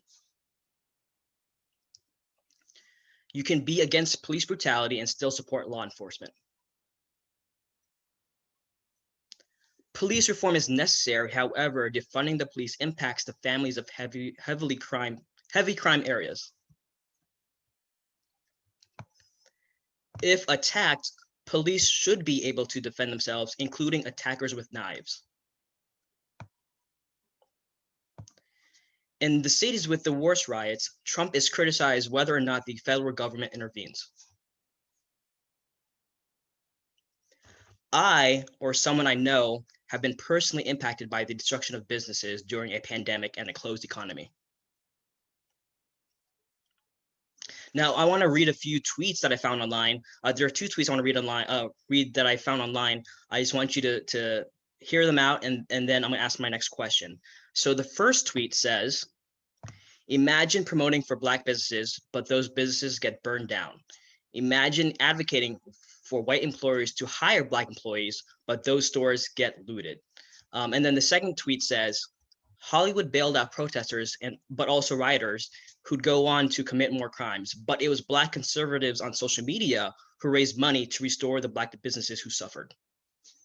The next question, open question: can you support Black lives without supporting the organization BLM? Why or why not? Some will bring up the Marxist roots. Some will bring up the destruction of the nuclear family. Some will mention where the donations go. So can you support Black lives without supporting the organization Black Lives Matter? And Evelyn, let's go with Evelyn first, then Nando, and then Clint, and then Celine. Sorry. Evelyn, Nando, Clint, Celine. Okay, I'll try to be quick.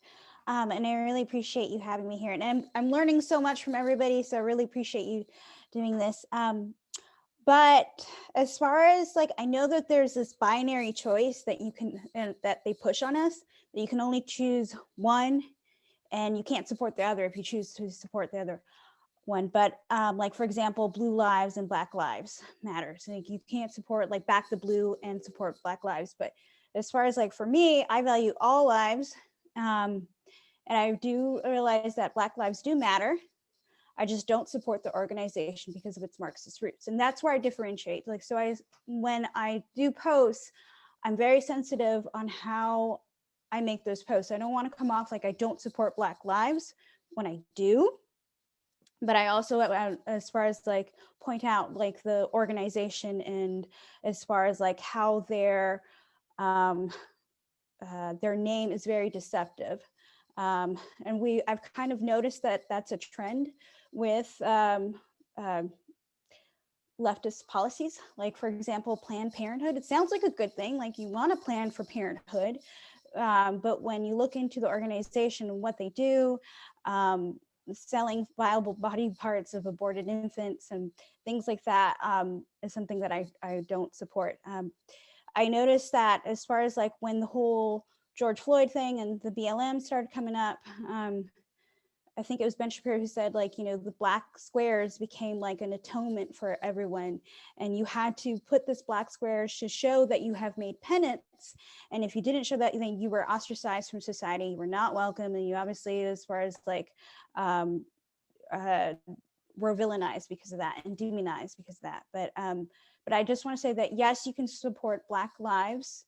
And you can also, as far as like, recognize that the organization is a Marxist organization and choose not to support that. And that is my 2 cents. Thank you so much, Evelyn. I think we saw Nando, then Clint, and then Celine.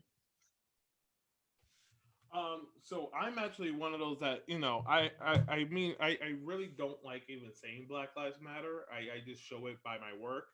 And what I mean by that is I do work in the public sector, so I deal with all types of individuals and all color and all creed.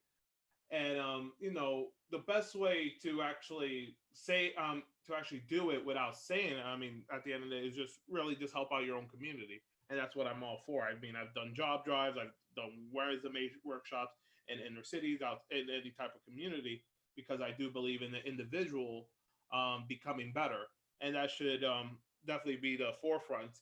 Now, Black Lives Matter, that whole terminology has completely destroyed themselves. They completely hanged themselves by the way they've been reacting from the get-go. And that is by destroying their own community. So it just doesn't make sense how you say Black Lives Matter. However, when it comes to Black small business owners, you're going to completely destroy them. And when it comes to Black Lives Matter, you will say Black Lives Matter, yet you will go into these in these urban areas and destroy their whole community as well. So they just continue on hanging themselves in their own words. and then you see this platform of people donating to them, and we have no idea where it's going to. At the end of the day, I mean, we could all have our theories, and it could just be a big super PAC that just goes directly to the Democratic Party, which that's my theory. But at the end of the day, if you really want to show that, Black Lives Matter, blah blah blah, whatever that stigma that the leftists have, just show it by your work, and just show by what we all believe in is treating others as you want to be treated as well.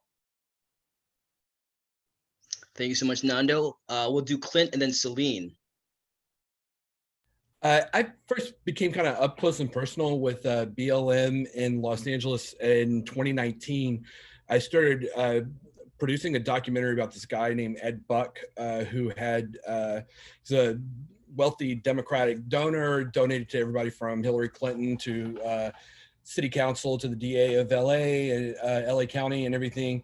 And his victims were black men that had been sex workers or were currently sex workers. And we noticed initially that BLM officially didn't get involved in this because they seemed to find it to be problematic for them to get involved in something that was talking about gay Black men, and specifically gay Black men that were sex workers, because the majority of the people that they were in defense of were people that were shot by police, and sex didn't play a part of it. And that might sound really weird when you think about BLM is supposed to be founded by three women. I think two of them are lesbian, but in the Los Angeles chapter, that's the way it was. BLM really didn't get involved in the protest to try to bring him to justice until the cameras came. And when the cameras came, BLM, the leadership in LA would turn out. But other than that, it was kind of always, it was an aside. So I saw that there was like a hypocrisy and that they were very politically motivated. And this is before, anything that we're currently dealing with now, where BLM is just so widespread and there's so many people that are involved in it supposedly. But what I do feel like is that, that there are a lot of people that are utilizing protests that are supposed to be peaceful for cover, and their interest is communist action, revolutionary action. They're trying to, those are the ones that are violent out there trying to start fires and stuff like that. And they're utilizing BLM as cover essentially in some of the protests that are going on. But when I think about like all of the money that seems to be funneled into BLM and what's coming through there, and I guess, a lot of it is, being filtered out to the Democratic Party and how it's being used as a tool for the Democrats. When I think about, prior to the riots actually coming into LA this past year, I remember Garcetti saying, the mayor here saying, we want, when all the stuff was going on in Portland and in Minneapolis, he was saying, come to LA to protest. And it was like, in the middle of a pandemic, you're actually going to do this. And they did. And there was a lot of fires. And there was a company that I had to deal with, I've dealt with for years, quite a bit. It's called Melrose Mac, that they completely burnt out. It was a, Apple repair shop that's been here since maybe the late 80s or something like that. My specific neighborhood in Burbank was terrorized with threats that we were going to get burnt out, that they were going to come and set fires, to the point where all of the businesses, including the Melrose Mac chain, the store that was here in Burbank, all completely boarded up, and people were completely terrified. And I just can't say it enough. And it's destroyed race relations as far as I'm concerned, because now everybody's so polarized, they don't want to talk about it anymore. And I just can't help but think that possibly that wasn't the real reason behind it, or maybe it was hijacked by people that was their real interest, was to polarize race relations even further. And yeah, that's all I have to say about that. Thank you, Clint. And the reason why I bring up this question is because people do see, especially in 2020, they do see it as BLM versus Trump, BLM versus the right, BLM versus conservative. So that's why I brought it up, because I know that everyone here, I'm assuming, I know you all, I'm assuming that you all support Black Lives, but not necessarily the organization. Up next is Celine, then Kiki. Yeah, so kind of just playing off of what you said, that's the genius I think behind BLM is you can't say, well, I don't agree with Black Lives Matter because people will be like, oh, well, then obviously you're racist because you just said Black Lives, like you don't agree with them. That's so like, I never say Black Lives Matter. I always say BLM when referring to the organization, just because otherwise I get like, I've been called racist so many times simply for pointing out the hypocrisy in that organization. And I think the struggle is that they don't actually support Black lives. If you look at like the Blexit movement and Candace Owens, she raised and poured hundreds of thousands of dollars into rebuilding Black businesses that were burned down during the riots. And Black Lives Matter did none of that. They haven't actually helped rebuild the Black community. They've just destroyed it. Also, as was mentioned earlier on their website, it says that they're pro destroying the nuclear family, but it's been statistically proven that having Black fathers in the home is the best way to pull people of color out of poverty, to keep them out of prison, to keep them in school, is having a nuclear family. And so I just don't understand how people who say they're for Black lives are against the things that would actually help the Black community. Thank you so much, Celine. Then Kiki. Yeah, kind of just to touch on what a lot of people are saying as well. Like, of course, we understand all lives matter. If we're conservative, especially on this call, we know that all lives matter. And I know a lot of people I know, especially being in entertainment industry, mostly are definitely all for the BLM movement. And I have to try to tell them that you guys should start your own movement away from the organization, because this is where it's getting the lines are being blurred. And you guys are saying, all right, well, it's when it comes to police brutality, but you guys are really focusing on one small area when there's more lives, Black lives being lost through abortion, through a lot of other stuff that is going on. But you guys don't talk about that. You guys are actually for something that's killing more of you guys than others. So it is a hypocrisy for sure. And it's almost kind of in a way what Jacqueline was saying earlier, it's taken, stuff from the civil rights movement, things that were back then, and try to portray it in a different light for political advancements and movements. And, I didn't go out and march and protest or anything like that for BLM, but it is kind of funny. I did, I'm in Los Angeles. I had a rally here in North Hollywood this past Sunday. We're marching and it's a bunch of Black and brown marching for Trump. We had a gentleman who was white who was screaming BLM and all this other stuff, defund the police, and throwing stuff at us. And then he brandished a gun and wanted to point it at us while we were walking by. So you're doing this to Black and brown minorities, but yet you're screaming out BLM. So it only matters if a police does it, but not anybody else. And then on top of that, I have family that are officers as well. So they're Black. So their life doesn't matter because they're an officer automatically.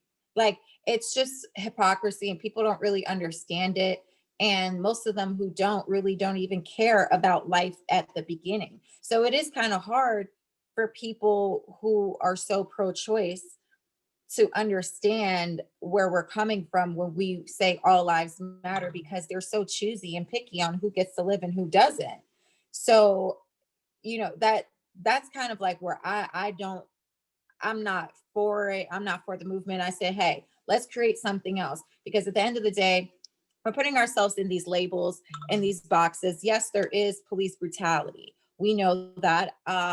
Family members of mine that are police know it. I've had a cousin that was, I have a cousin who was a victim of it. I have a friend who was shot and killed by an officer in Atlanta. And this stuff happens. Yes, it does. But it doesn't have to be stemmed from racism all the time. And that's what people don't understand. And they're thinking that everything is about racism when it comes to BLM, when it's not. But that's really what they're making this one thing seem bigger. And they need to take what the bigger picture is and actually put it out there, because they're focusing on one small thing, which I'm not saying is not important, but they're creating a whole huge movement off of something when there's a lot of other bigger fish to fry in our communities that are happening. You have, just like others were saying, these poverty pimps. You have them coming into our communities, selling, to developers that don't care about anybody in the community. And people think gentrification is bad, and this all, it's just like a domino effect of things. So I really don't support the organization. And I'm always for all lives matter, because when you start picking and choosing and saying this and that, that's really where we're at today, where we need to stop with all the labels. Like, why do we need to label people based on their sexual orientation? I don't understand that. They're people. Whatever they do or whatever they like, I don't understand why we have to label them or to judge them by that. Like, we're people, we're all different skin tones, we're all different cultures. And when we're sitting here labeling us and putting us in boxes, this is what's dividing us even more. Me, I'm super mixed. I'm half foreign, a European Portuguese. My father is native Black, Hebrew Israelite, and Korean. So I have a mixture of ethnicities in my family and backgrounds, work, money levels, everything. And I see a lot of it growing up. I know some people don't have that ability to be around and exposed to it, but I have. And it's like, even as a little girl, like trying to check boxes, it's like, there wasn't like, and it says circle one or whatever. And I was like, well, I don't know what to pick. And now they're adding multiracial. And now you see this white or something like white, but not Hispanic, or Hispanic, but not white. And, it's like, and even to the point of, even with Portuguese people now, they're telling them to mark white. We're Latinos. Portuguese are Latinos. And I don't know who started it saying that they're white, because they're not. So, and when you start getting into this, it starts labeling people. And this is why we have such a divide, and people are picking and choosing. And it's not fair at all. It's not fair at all. And it's not what America stands for and what we're about. And I think that, like, I hate labeling people. Like, I do. I don't even like calling them Black, calling them this, that. Like, if you have your certain culture, that's your culture, your ethnicity. But sitting here labeling people by color, labeling by their, sexual orientation and stuff like that. Like, why does that matter on who they are as a person? Why does it matter on the job that they're doing? That has nothing to do with it, and exactly, we always have been a melting pot, and we should just look at each other as Americans and with diverse backgrounds. Appreciate your culture for sure, but we should be embracing each other's cultures in that way. And then you also have BLM now is giving the white guilt to some people. I've had a white friend of mine, she's like cried to me saying that she hates being white. It's like, what? Like, really, these people are going to the point where they're almost, getting depressed and hating themselves for something that's not even part of them or anything. It's based on other stuff. And I know there has been things, talks about systemic racism and everything, but honestly, I believe that racism is an individual issue.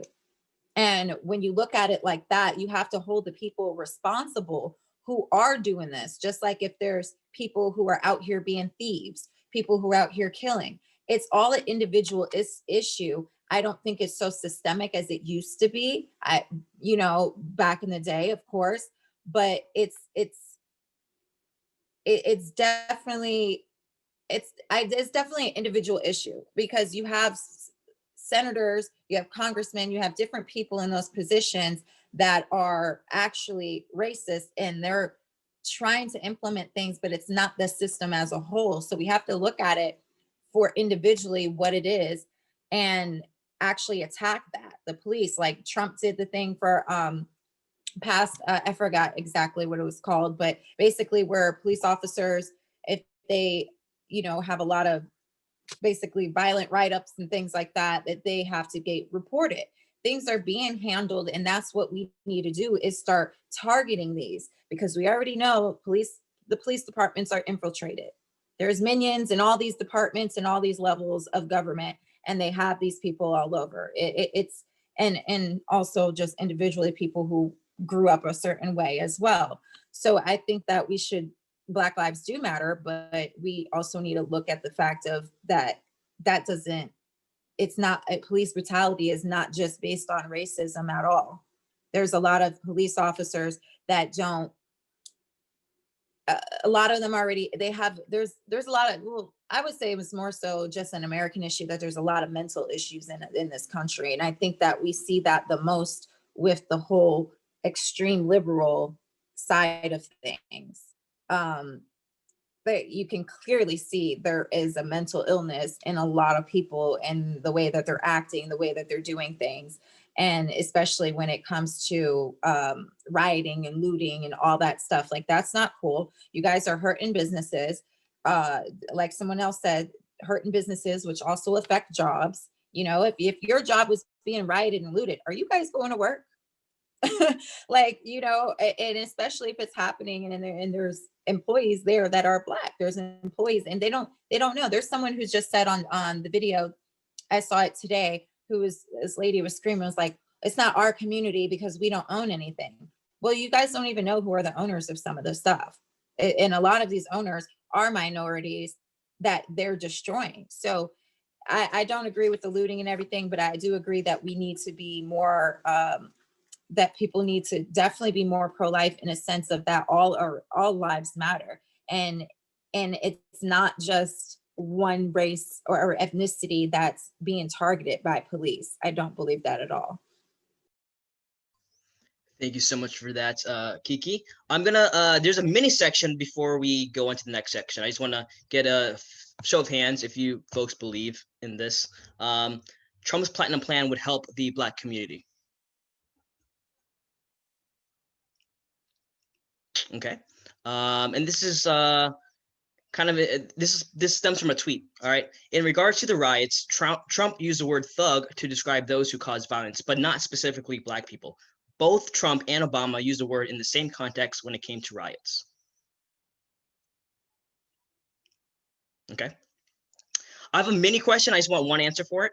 So this is about there's a post I saw about a girl who posted about her father dying in the line of duty, and people derided her for posting about her father simply because he was a cop.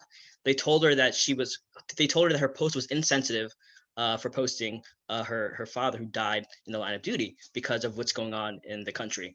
So my next question, I'll take one answer for it. In a time when police brutality is at the forefront of conversation, should we be able to discuss other injustices without criticism, such as the gang violence and deaths in the inner cities every weekend? When a police officer dies at a traffic stop, should we talk about it? When a Caucasian dies at the hands of police, should it be mentioned? So I'll just take one answer for this. Okay, Clint, and then we can do Jacqueline too. So Clint and Jacqueline. Should we be, yeah, that's the one thing that people are constantly saying now. It's like, okay, what's going on in Chicago? How come, if Black lives really matter to Black people, then how come they don't talk about, Black on Black crime? And I think it's, I understand that BLM is trying to be singular and they're issue orientated to only deal with like police brutality. But I think that obviously, that is the greater issue, in regards to sheer numbers, if we're looking at sheer numbers. So I think we definitely have to, but now if you mention that, you're considered to be a white supremacist or a racist for even bringing that up. So it's very difficult to work that into the conversation.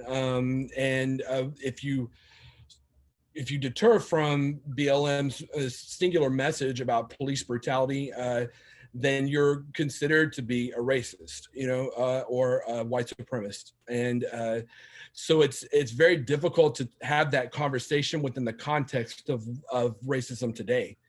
And I think that what we have to do is try to find some creative way into bringing that conversation to the forefront, because it is the bigger issue. One thing I want to say really quickly is that one of the things that happened in regards to BLM this summer, West Hollywood normally has the gay pride parade, and they suspended it because of COVID.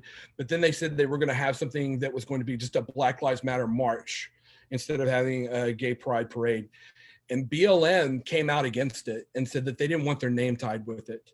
So it became the All Black Lives Matter parade or march.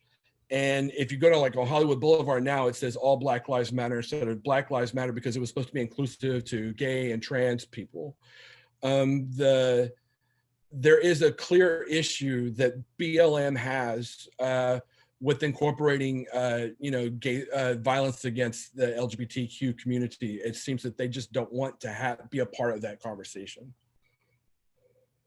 Thank you so much for that, Clint. I believe Jacqueline has something to say.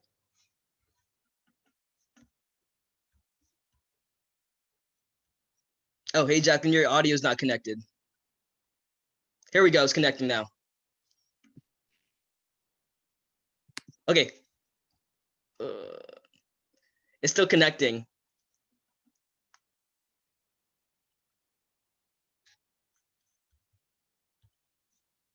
I don't know. Yeah, it's not working. I'm so sorry. 'Cause I know you have something juicy to say.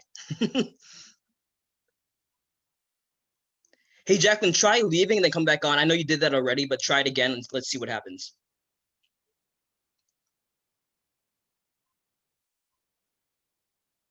Folks, we have about 20 minutes to go. So thanks again for your patience. And we just have 2 more questions and then we'll just hang out if we want.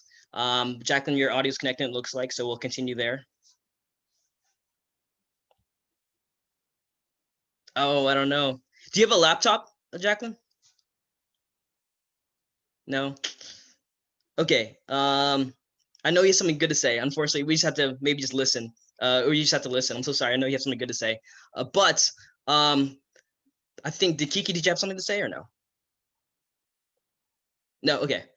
So let's go to our favorite topic, COVID.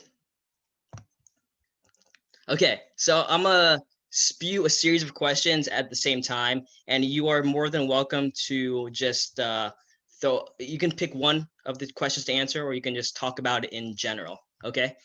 So again, sorry, Jacqueline. Yeah, if you want to put your answer in the group chat, feel free to do so.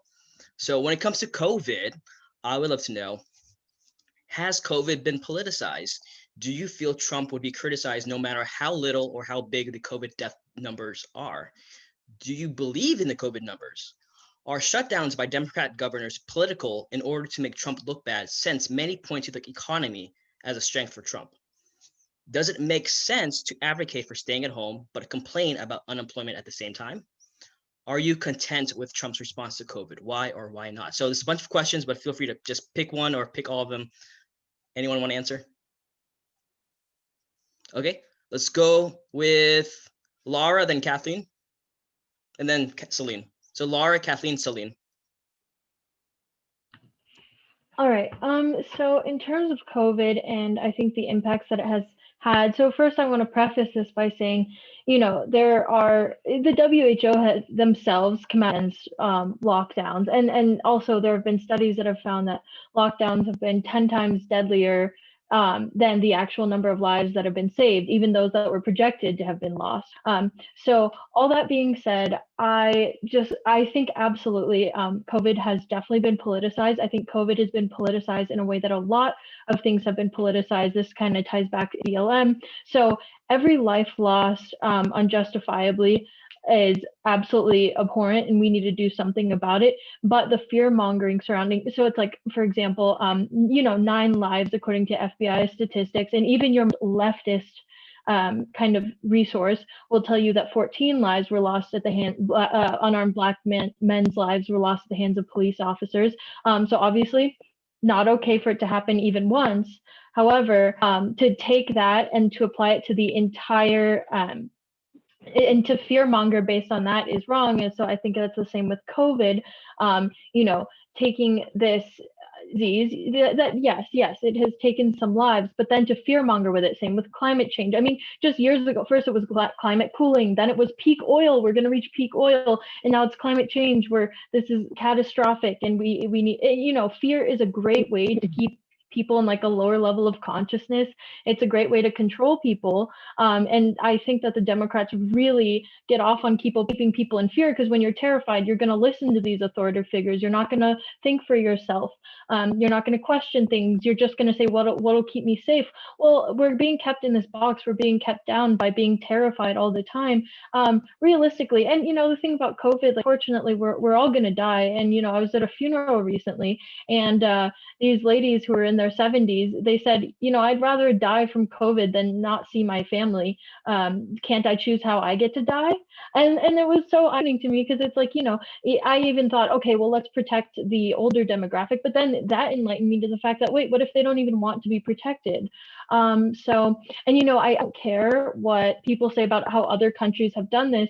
I do believe in American exceptionalism, not because we're inherently better as human beings than anybody, because we do have transcendent values that we function under. And so I don't care that other countries have done shutdowns, and I don't care how effective those have been. We live in the United States of America, a relatively new country, it embraces our personal liberties and our ability to make decisions that are best for us as individuals.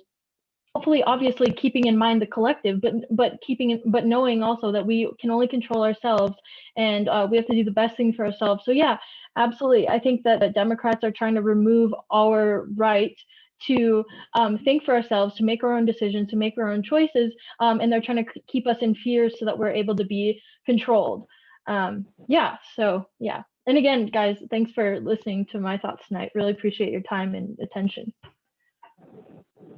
Thank you so much for that, Laura. Up next is Celine, and then Kathleen. I think Kathleen was next, if you want. Okay, Kathleen. Okay. So COVID, I think, has really impacted the school system in an extremely negative way. It was never about protecting the kids. It was about indoctrinating the kids. I attend college where we have the option to either do Zoom classes or go in person. I tend to do both because I just learn better in person, but we have to wear a mask. We have to sit 6 feet apart. And then I have to hear by many of my professors their Marxist ideologies, where they're talking about how, President Trump didn't handle this COVID the right way. And this is why we need socialism. Trying to figure out that mindset and where they came up with that ideology, but whatever. But I definitely feel like the numbers of people infected are true, but not the number of people that have died. That's where the media is coming in and going, here's the list number of people that are dead, but they're not. They've just been diagnosed with it. But then we also have doctors who are curing people of another disease or illness, and then the patient may or may not have contracted COVID, and then writing it off as the patient has died from COVID simply because they get paid for that. So they're like, this is an opportunity for us to make money for the hospital. So I definitely feel like it's a mixture of things. It's not just, it's not just a political thing. It's also just a controlling thing. It's just disgusting at this point. I mean, I have friends who literally wear a mask 24/7. The only time they don't is when I'm in a Zoom conference with them. And doctors have come out and stated that wearing a mask 24/7 is killing yourself because you're breathing in toxins that infect your intestines and your lungs. I read an article the other day who a man's brother is in the hospital dying of pneumonia because he wore a mask all the time. And this is somebody who was in their 70s. And I know they talk about how COVID really affects those over a certain age. But I've noticed from my personal experience, knowing people that have gotten it, they've been treated like it's just a flu and they survived. And they didn't really have any crazy different ailments other than, feeling like it's the flu. And these people all vary in age. So I feel like masks don't work because these people also work in the prison system where they're required to wear a mask. and they're wearing them 24/7. They're wearing gloves, they're washing their hands 24/7, and they're still catching it. So I feel like it's definitely been taken into a political control type system, a very socialist, communist route. And this is what they've wanted to do all along.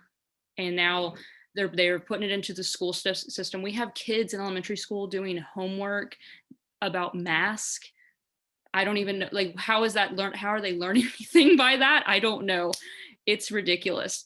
And then me being in college, I'm watching a bunch of damn clowns sit in my classroom, absorb this false information, this fake news, as some would say, by teachers who I guess feel like they didn't have control over their lives, so they control others, and they're just absorbing this and not being taught to think for themselves. That's what this COVID is doing. It's just teaching kids to just listen to these authority figures because they know all, and that's how I feel like COVID was used. It wasn't like an actual Black Plague type of pandemic. It's just been them to control the United States. Up next, we have Celine, Karina, then I think Jacqueline. So I live in California, where Tyrant Newsom has locked everything down again in a lot of places. He recently just released a list of guidelines we have to follow for Christmas. Can't use the bathroom we can use the bathroom inside, but it has to be cleaned. You have to eat outside. You have to wear a mask with your family, just like ridiculous stuff. And I really think, kind of going off what Kathleen was saying, it's a power grab. You know, especially in liberal states in power are trying to see how much they can control the population using COVID. They've used scare tactics. I know people who've gotten COVID. My mom works at a medical office. A lot of her coworkers have had COVID, and they've all been fine. You know, like also somebody was saying that the masks cause like infections in your upper respiratory system. They also cause tooth rot. 4 hours of wearing a mask cuts off oxygen to your brain, and we're putting kids in them. And I just feel like the left claims to be the party of science, yet they're not actually listening to the science on COVID at all.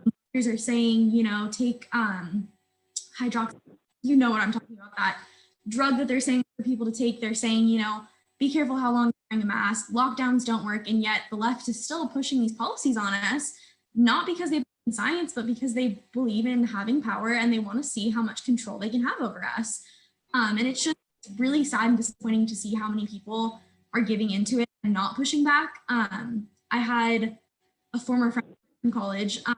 She's a nurse. She told me that my rhetoric and calling out the hypocrisy on the left as far as COVID was going to kill people. She told me I was basically a murderer because I pointed out the hypocrisy in the masks. I pointed out that the death rates are actually much lower than are claimed. The infection rates are much lower than a lot of places are claiming. And I don't know, I just feel like it's for sure fear mongering. Like they just want to scare us into voting for them. And it's really sad to see people give into that. Thank you so much, Celine. We're going to go with Karina and then Jacqueline. And then Nicolette, and then we'll move on to the final topic. So Karina, Jacqueline, then Nicolette. I'm also from California, following on with Celine, what she was saying. And I come from the Medical Freedom Group. I don't know if anybody here on the panel knows the Medical Freedom. We pretty much were fighting for awareness of injury from the vaccinations.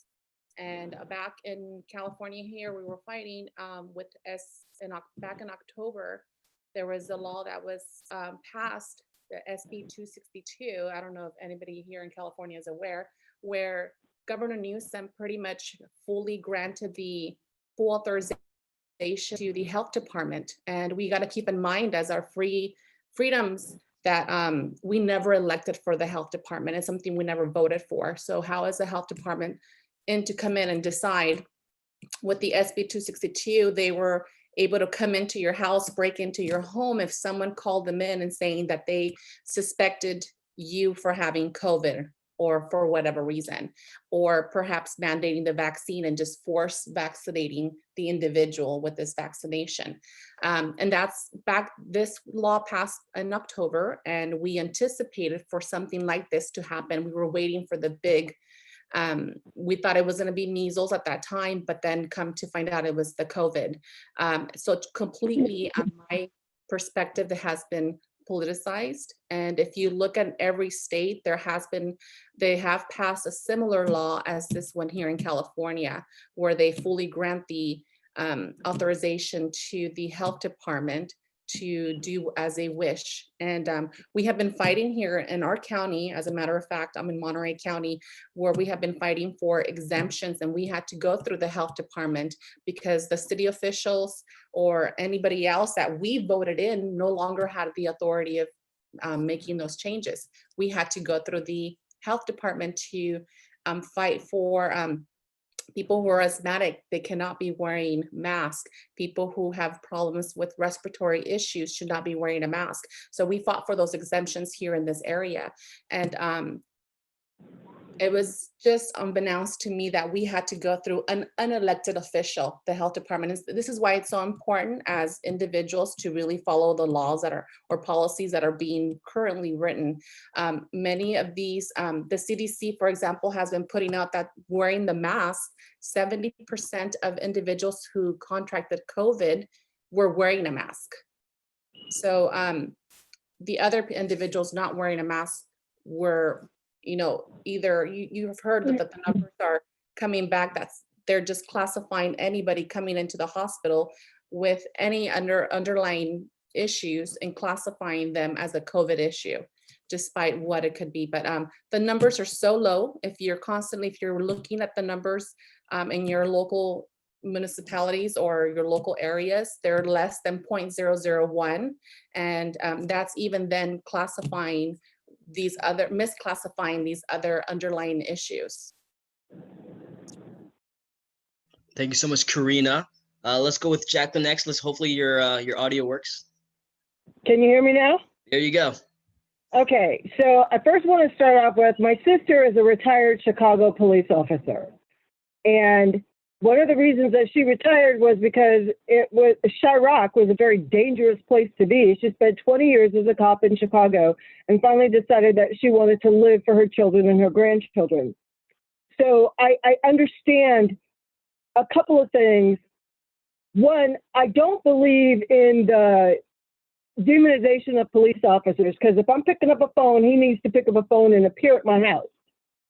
So if you really want to defund the police, which I personally have no problem with Portland defunding the police, because then you get to live with that which you do, but don't ask us all to do it. If individuals want to do that, then they get to live with what they want to live with. I just don't think that we all should have to go with it. The other thing I want to say is, my sister also spent 10 days in the hospital because she had COVID. I know at least 24 people have had it. I don't know anyone who's died from it. My son had it back in March 6th, it started, when they said kids couldn't get it. So I didn't think that's what it was, because kids couldn't get it. And I have never had the flu, and I've never had a flu shot. So COVID never worried me, because you either are predisposed to doing it or your immune system can handle it. I think that what's happened here with it is that Democrats have used it as a way to control it. And it is easy to control people out of fear. I wear a mask sometimes when I go in public. I think I kind of do it because it's easier than fighting about it. But if I forget my mask at home, I'm not worried about it. But then again, I'm in Georgia, where most people are carrying guns on their hips. So we're not really worried about it. But I think that one of the things, and I keep going back to this, and I really want to say this just to this group, we must always be walking in truth and never in opinion. Always be speaking the truth and never opinion, because my opinion means nothing. I can say all I want to about COVID or about anything, but I always come with facts. And you cannot argue with facts. Facts don't care about your feelings. They don't care about your politics. They don't care about your race. They don't care about your sexuality. Facts are facts. And you can't argue facts with me. So when I get into a debate with Democrats, of which 90% of the people that I know are, I don't argue. Because if you want to argue with the facts, you argue with the facts. You cannot argue with Jackie Knight. The facts are just what they are. And I think if we start to get away from emotion and not feeling so much, I don't feel anything about anything. I don't care who you vote for. I don't care what color you are, because none of that affects me. The only thing that affects me is what I do. But if you're going to come against me, you better come against me with some facts, because I can always argue down facts, as told by the fact that I'm on my 4th 30-day suspension from Facebook because they hate facts. So when I put out facts, Facebook and Twitter control my facts. But like I said to Twitter the other day, and I'm just going to say this in the language that I said it. You stupid bitches, you can't hide from the facts. So if you want to just kick me off, kick me off. But I'm always going to come with the facts. And as long as we continue to move forward with facts and not emotion and not caring about, I have my personal opinions, but that is not what I lead with. I always lead with history and facts. And I think that that's the thing that beats people. Not what we care about, not our emotions, not even what I think is important. Always the facts. And the facts are pretty clear. The facts are really clear. And if we just only go on facts, we always win. We will always win on the facts. That's my swan song tonight. Thank you so much, Jacqueline. We have Nicolette next, then we're going to venture off to our next question. Oh, Nicolette, then Fiona, then we'll venture off into our final section of this discussion. Thank you so much, Jacqueline. Jacqueline's answer was in regards to the previous question and the COVID question. So let's go with Nicolette, Fiona, and then we're going to go into our next section.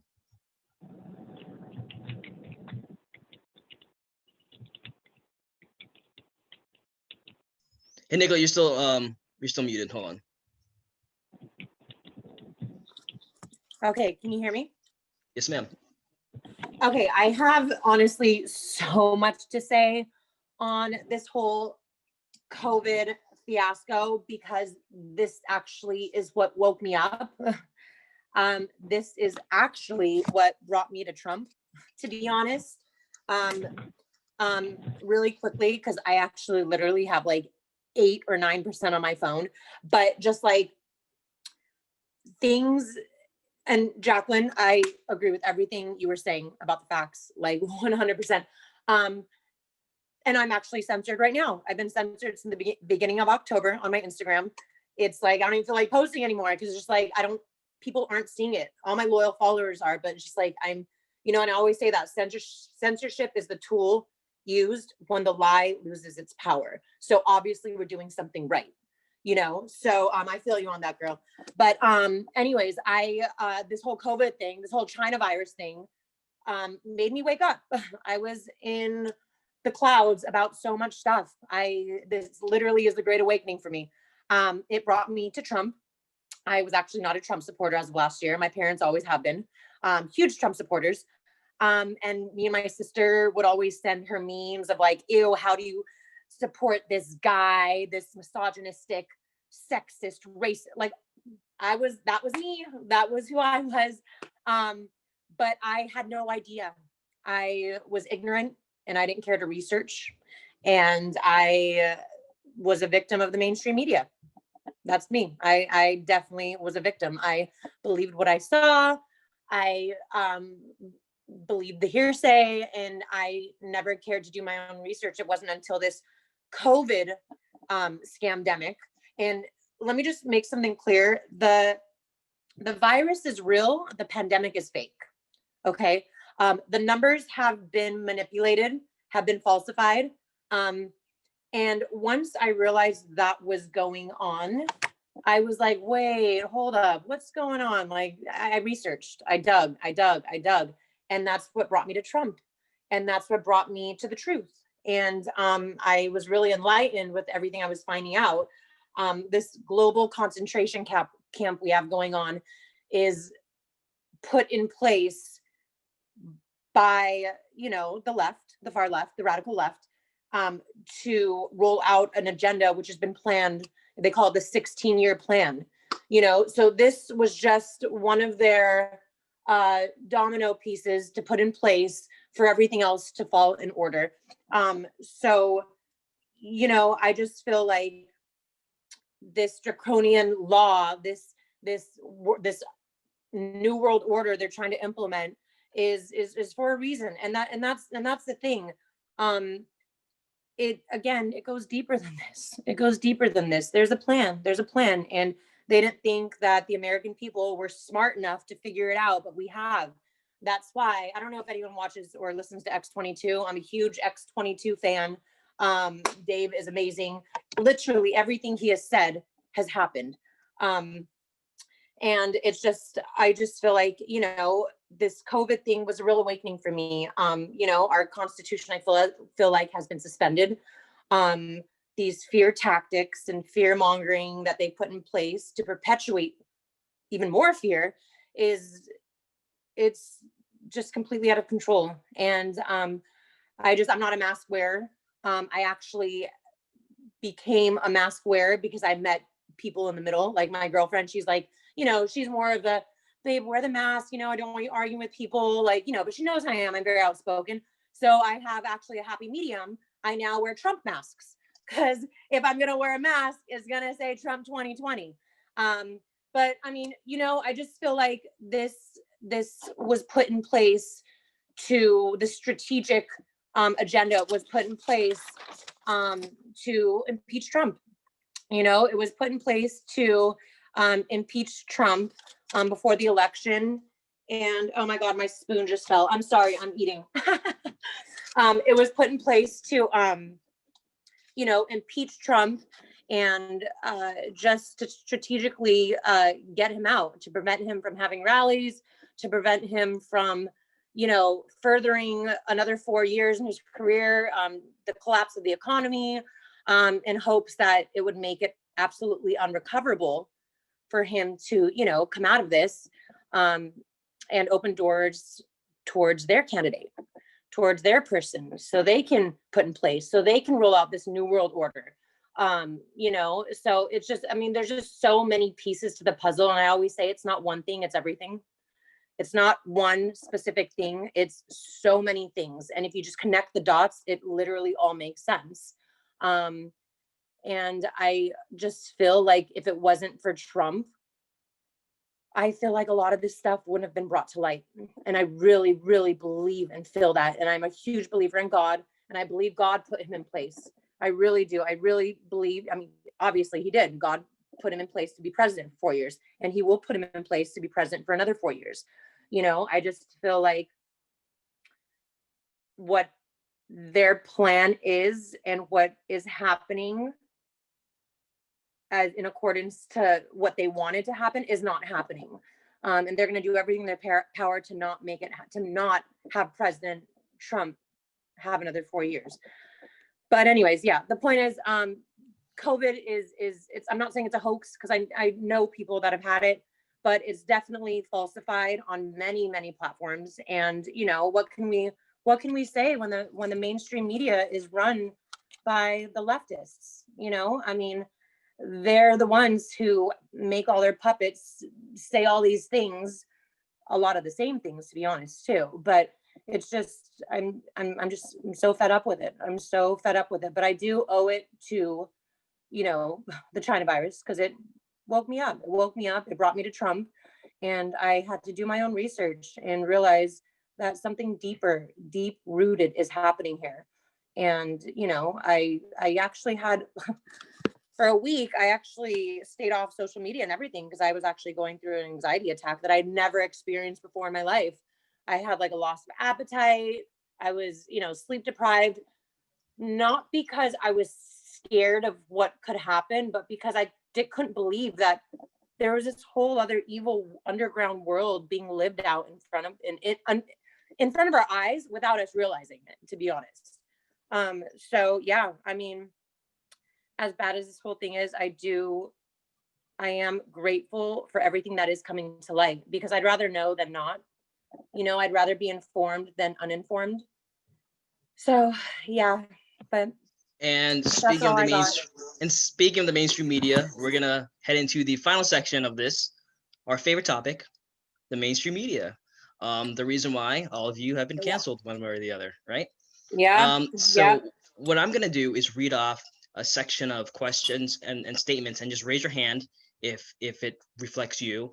I'm gonna ask a mini question for maybe one or two of you, followed by another string of statements in which you raise your hand, and then end it with the final question.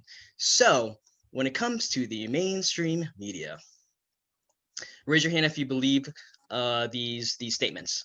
The news is no longer about the news, but really about a narrative. The media fans the flames of hatred and division, not Donald Trump. Both. The media purposely constructs headlines that are clickbait that make Trump, his supporters, and Republicans as a whole look bad. I grew up thinking Democrat good, Republican bad because the media told me this. I'm attacked by I'm attacked by people over a false narrative of who I am as a Trump supporter, and at the same time they claim I'm the one oppressing them. No. Democrat leaders have publicly told their voters to harass Trump supporters without repercussion or garnering media attention. Trump has gone on record denouncing white supremacy and racism for decades, even before his presidential run, and was even praised by civil rights activists. Media portrays right-wing groups as white supremacists, even if the groups denounce white supremacy simply for being right-wing.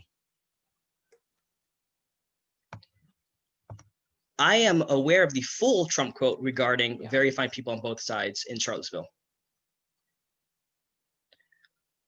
I am aware of Trump's full quote calling MS-13 criminals, not Mexicans in general. Trump did not mock a disabled reporter specifically for being disabled. He, in fact, used the same gesture several times on anyone who opposed him to show that they are flustered. Despite what the media says, I am pro-Second Amendment, not because I am okay with mass shootings, but because I support the ability to protect myself against those with ill intentions. Yeah.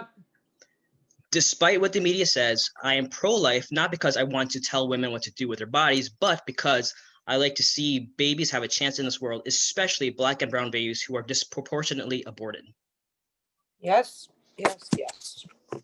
I was shunned for not doing what's trendy, such as posting a black square, or I was bullied into bending the knee to appease friends. Yeah, right here. Trump was falsely impeached for what the Democrats are actually doing. The media is biased to the left. Yes, definitely. While Trump does have his character flaws, if you remove the media's narrative, he is actually a successful president in terms of policies alone. Trump is the only president without new wars, and he's bringing troops home as promised, but the media points to him as someone who's potentially starting wars. Oh, I wish I had more hands. It's a good thing he I keeps know. it's a good thing he keeps civil relations with countries like Russia and North Korea. It's better than the alternative. So my mini question for maybe one or two of you is, what was the red pill moment? What was the false narrative about Trump or Trump supporters that the media spun, which made you realize fake news was actually an issue? So maybe one or two of you. Let's go with Miguel and then Fiona. Okay, so for me, my red pill moment came when I was in school, and one of my teachers, it was for a strategic management class, actually made us watch two videos. One was Trump's video explaining why we were leaving the Trans-Pacific Union Agreement. And the second one was Steve Bannon explaining the China trade war. And when my professor made us watch that, thank goodness I had a woke professor that semester that wasn't bullied by the other professors to not teach us what was going on. But those two videos and then him actually giving us excerpts from both agreements actually made me realize that those trade policies and what Trump was trying to do was trying to bring back control of American goods and American trade back to the US. And that is when I got firsthand for myself to see what the policies were doing, what parts of it were enacted, and how he was trying to bring back American sovereignty for American companies. Because at the end of the day, that is what it's about, for our country to be the one benefiting from these deals, not the other way around. Why should we be making deals if everybody else is benefiting and not us? So when I got to see those policies, when I got to study them more, and when I got to enact them, I noticed, oh my God, no one in the media is talking about this. No one in the media is talking about how, NAFTA was disproportionately benefiting Canada more than us. No one is talking about how these companies were losing billions, if not trillions of dollars because of these horrible agreements. And now they're finally starting to get a footing again and finally starting to, make deals on their own terms. That was my red pill moment. I realized, wow, they don't care about anything good that's actually happening. They just care about spinning a narrative. Thank you so much, Miguel. Before we get to Fiona, there are some comments that says the Nick Sandman, Kentucky Covington School. I think he sued CNN and other platforms and actually won those lawsuits. So he's now a rich teenager.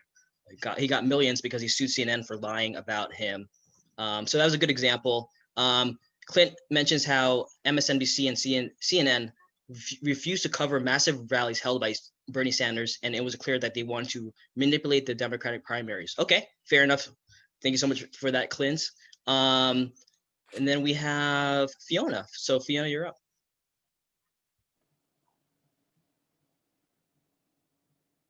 Oh, you're muted. Here we go. Okay. Hey guys, so my red pill journey started when I started learning about guns and gun facts and gun violence and how to operate a gun and everything. And through that, I realized that the media was lying and just lying about all these facts and, you know, like the gun violence and everything. And then I became really suspicious of like media and like, why were they going with this narrative of like, mass shootings and like just this weird, like, like narrative with like gun ownership and everything. And then came like Brett Kavanaugh hearings. And, I work in a legal field. And so when, you accuse someone of something without any evidence and it's all based on hearsay, you don't have a case. And so, I was just like, it was just like crazy how it's just like, believe all women. It was like, well, isn't it innocent until proven guilty? And so I was still pretty moderate with like how things were. And then the impeachment like came, and I was just knew that there was like there's no way that he's going to get impeached by the Senate. So like, why are the Democrat Party wasting their time on this? And they should be focusing on the election. And yet they were focusing on this impeachment, and I knew it wasn't going to go anywhere. And then came the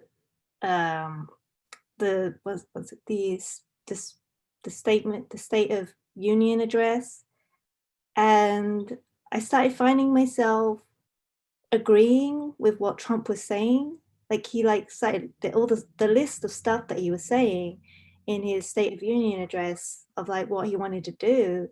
I mean, it sounded right, like border control. He wanted to do like school choice and prescription drug transparency. And I thought like all these things sound great. Like why are the Democrats like, like not okay with this? Like why are they all like, angry about it? And then Nancy Pelosi like ripped up the speech and stuff, and I just knew like it was all about creating more hate and more division. And like I thought it was a horrible role model. I was just like, why are you doing that? Because then you're just going to make people, be more hateful and stuff. And aren't you the party of like unity apparently? So like, why are you like causing more hate and division? And so like that was kind of like where I just started going off into like my own research and just doing like I went right into the rabbit hole, and I was just started looking at like Candace Owens and just like Ben Shapiro, trying to understand all these issues, because like I was just like, what is their motive now? Because I started seeing that they were just like that something wasn't right, and they were like, you know, lying to us. And then I was just like, why is the media helping them? Why is the media helping them like create these lies and stuff? And yeah, then just whole COVID and BLM just kind of like fine-tuned like how I was feeling and stuff. And yeah, I was just, that was kind of like my journey, and how I just walked away, and now I'm just like, I'm officially done now, and just I can't.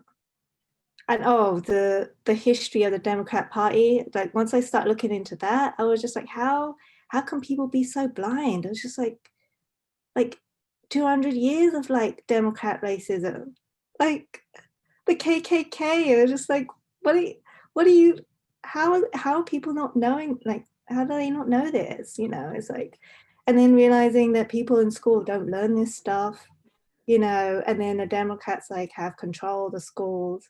No wonder people aren't learning this stuff. Media is helping the Democrat Party, so no wonder like people are so blind and just like, you know, just blind. So yeah. Thank you so much, Fiona. We have two more. I know everyone wants to share the red pill moment. We have two more, and then we're going to venture off into the final section. So we're going to go with Nicolette, then Kiki. All I want to say is this: the media is their greatest weapon. That's just the bottom line. The media is their greatest weapon. We've been weaponized, and it's been by the media. You know, it's something that everybody does.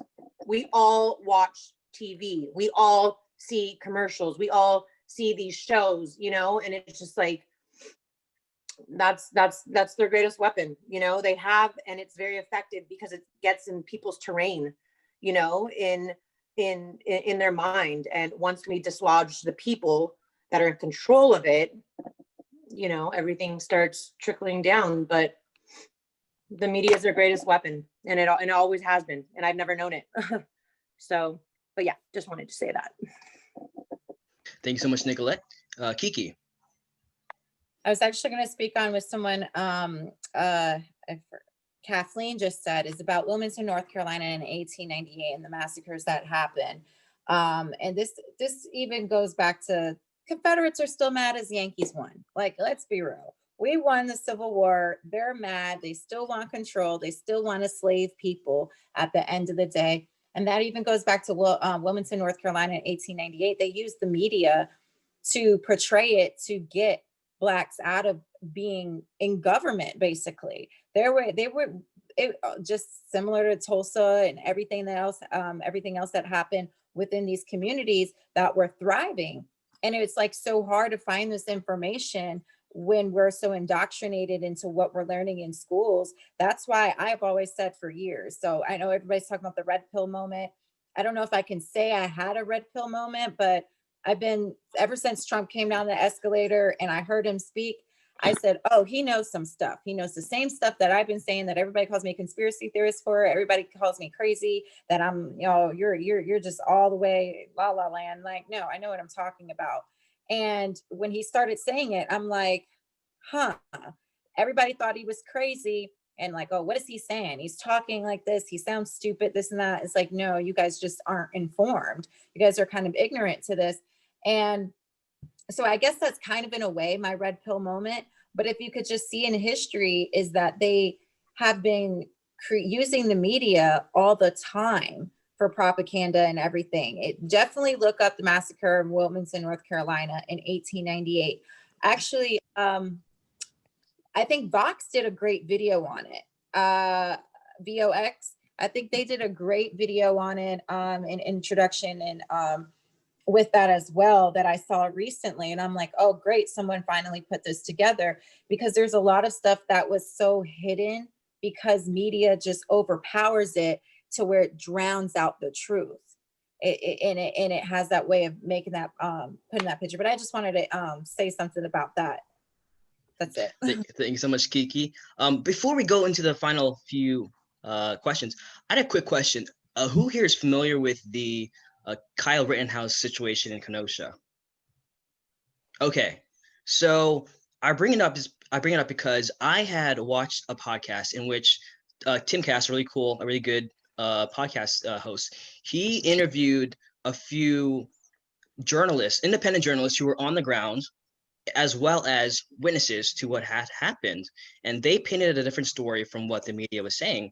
They are saying that Kyle acted in self-defense, whereas the media was like, okay, he's guilty simply because he's a Trump supporter, because he's a white teenager, because he's pro 2A, right? What was, and just really quick, what was anyone's feedback or response to what happened in that situation? Okay, Kiki. I don't really want to talk too much on it because I'm not too privy on it, but I do want to say that what came to my mind when I was reading up a little bit about it was about his parents. Like, from my understanding, he went across state lines with a weapon, and he's a minor. He's 17, isn't he? So I just kind of was wondering about his parents in this situation. Did anybody bring light to that? Because they're trying to go after him so much, but I kind of want to know about the parents and was this, I just kind of had that question about it and was wondering. Oh yeah, Jacqueline, your audio's off. Oh, hey, Jacqueline, your audio's off again. You can type it in the group chat if you'd like. Oh, it's connecting. And the reason I bring it up, folks, is only because it was another situation in which I saw mainstream media have a narrative versus what independent journalists, people on the ground, they said something else. The witnesses said something else. I personally think maybe, and I'm not trying to be controversial here, but I think the mainstream's outlook would have had been different if Kyle was not a Trump supporter or if he wasn't white. Fiona, you had a comment? I actually haven't heard that he's a Trump supporter. You know, I've heard that he was trying to protect people's businesses and so went out to, I think, Kenosha to defend these businesses. He had some sort of ETM like training so that he could provide first aid and stuff like that. So he went out, he had like first aid supplies. He took his rifle with him. When they kind of exaggerate on him crossing state lines or whatever it was, because he was driving, it was like 30 minutes distance, which is like about the same distance of all those other rioters and whatever. So it wasn't that far. And then the whole thing that went down, he shot the first person in the head out of self-defense, and then he was running towards the police to go hand himself in or whatever, and then it was those people that ran after him, and then he tripped up and they started trying to attack him. And he's actually in the 2A community, he's actually seen as a hero because his like I don't know. He showed restraints. He didn't just. Yeah, he showed restraint. Was like. Can you hear me, Iman? His gun form was like perfect. Like everything that he did was spot on. You know, he made sure to if the person was actually attacking him, then he would shoot them. If the person was not a threat anymore, then he didn't direct his gun at them. But then when they came back at him, then that's when they shot. He shot them, and the guy that he shot actually had a gun in his hand, and so it's clear from the videos that it was self-defense. And then And then the other thing I think the media is trying to go on is that he was white. And so when he was running to the cops didn't like try and shoot him or whatever because he was white or something. And if he had been black, then maybe he would have got shot. But Just trying to get away is what it looked like on. And I don't want to add my 2 cents here. I don't want to be controversial, but that's just what it physically Can looked I like. say something? Can I say something? Oh, sorry, Fiona. Do you mind? There's no Jacqueline way says something? that a 17-year-old needs to be a part of that. I don't care what his views are. I don't care what his parents' views are. He's a kid in high school. He never should have been there. He never should have been in this situation. His parents never should have allowed him to be there. And the adults who are there, we're talking about a child. Most people's hypothalamus gland doesn't even develop until they're 26. He doesn't even have the reasoning ability to be holding a gun on other people. I'm going to have to call bullshit on this because he's a child. He never should have been in that situation, and no one ever should have allowed him. And I am the staunchest Republican that you're going to get, but that is a kid. That is a high school child. He never should have been there. I don't care what his reasoning was. I don't care what his parents allowed him to do. My child cannot go into a situation of rioting with guns and fighting adults. He never should have been there. And anybody defending this, I'm going to call crap on because that is a baby. That is a baby. And he should have been instead of being ready to graduate from high school, he's being accused of murder and about to go on his way to prison. This should be what this kid is doing. He never should have been there. Nobody ever should have allowed him there. The adults that let him come in and do that were 100% wrong. I don't care what anybody thinks of the Democrats or Republicans. Now I'm just talking about a kid. He's a child, and he never should have been allowed to do what he did. Now, if you're 34 years old and you want to go risk your life carrying a gun and shooting at other people, that's your business. But a 17-year-old kid, that's crap. And nobody should be defending that because the adults who were in charge should have stopped that. And if I had been there, I would have said, child, take yourself home. You don't do that with children. This is not the war of 17, 12. We don't fight 16-year-olds anymore. And he should have been at home. I do have one thing though. Oh, we have Fiona, then Nicolette, and then we're gonna go into the last one. 17. So Fiona, then Nicolette. So I'm not defending any what he's doing or whatever, but I do want to just say that we send 18-year-olds into war and they carry and manage weapons. And I disagree with that too. 18-year-olds should not go into war. I'm just saying, and then, I mean, if you get the training and everything, then you do treat a weapon very differently. And from his... Are you trying to tell me that 17-year-old got training? Well, what I was just going to say is from his form, you could actually tell that he had some really, really good training. Listen, I own a 9mm. I know what it's like to shoot a gun, and I'm 63 years old. This is not something, you don't shoot a person easily. You live with that for the rest of the cops have a problem. I agree, and that's why you can see his gun form was really, really good. The fact that he actually had restraint is actually pretty amazing. People in that kind of pressure usually would just shoot and everything, and he actually showed really, really good constraint. The fact that he's a child that was afraid. He didn't show restraint. He showed fear. He is not capable of making those decisions. I agree with you there, because if you show fear, you're going to just shoot and whatever. He actually showed. If you look at his face when he's laying on the ground and he's just shooting up, that's fear shooting. That's not standing your ground. He's on the ground. I'm going to have to disagree because that was self-defense. You can disagree if you want to. I guess that's the thing about America. We don't always have to agree. I respect your opinion. There you go. And then we can still be friends at the end, right? I'm not mad. Yeah. So we're gonna do Nicolette, and then I keep saying this, Nicolette, then we're gonna do the final questions. I promise you.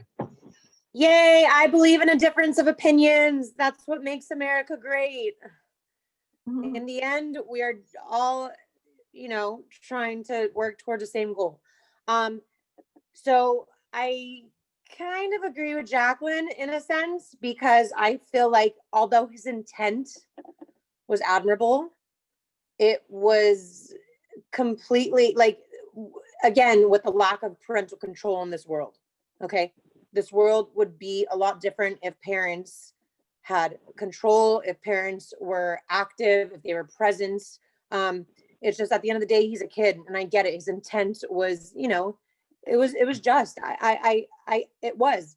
But at the end of the day, he is 17. He shouldn't have been out there. His parents should have been like, get the fuck back in the house. You're not going anywhere. Okay. Like, I mean, that's just what I feel, you know? And I just believe, like, when they put these stories out in the news, I always say, like, you know, don't pay attention to what you see in the news, pay attention to what you don't see in the news. So I've heard different things as far as that story goes.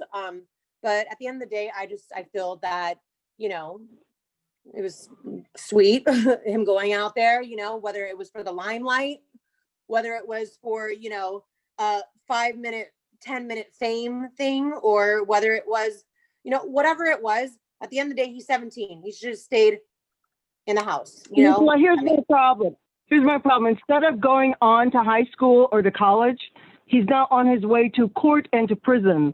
That is a travesty that should never be happening to that child. He should never, ever be in that position, because some adult should have said, don't do this. Yeah. That's just how I feel about it. I would never allow my child to commit a crime that he would spend the rest of his life serving prison for.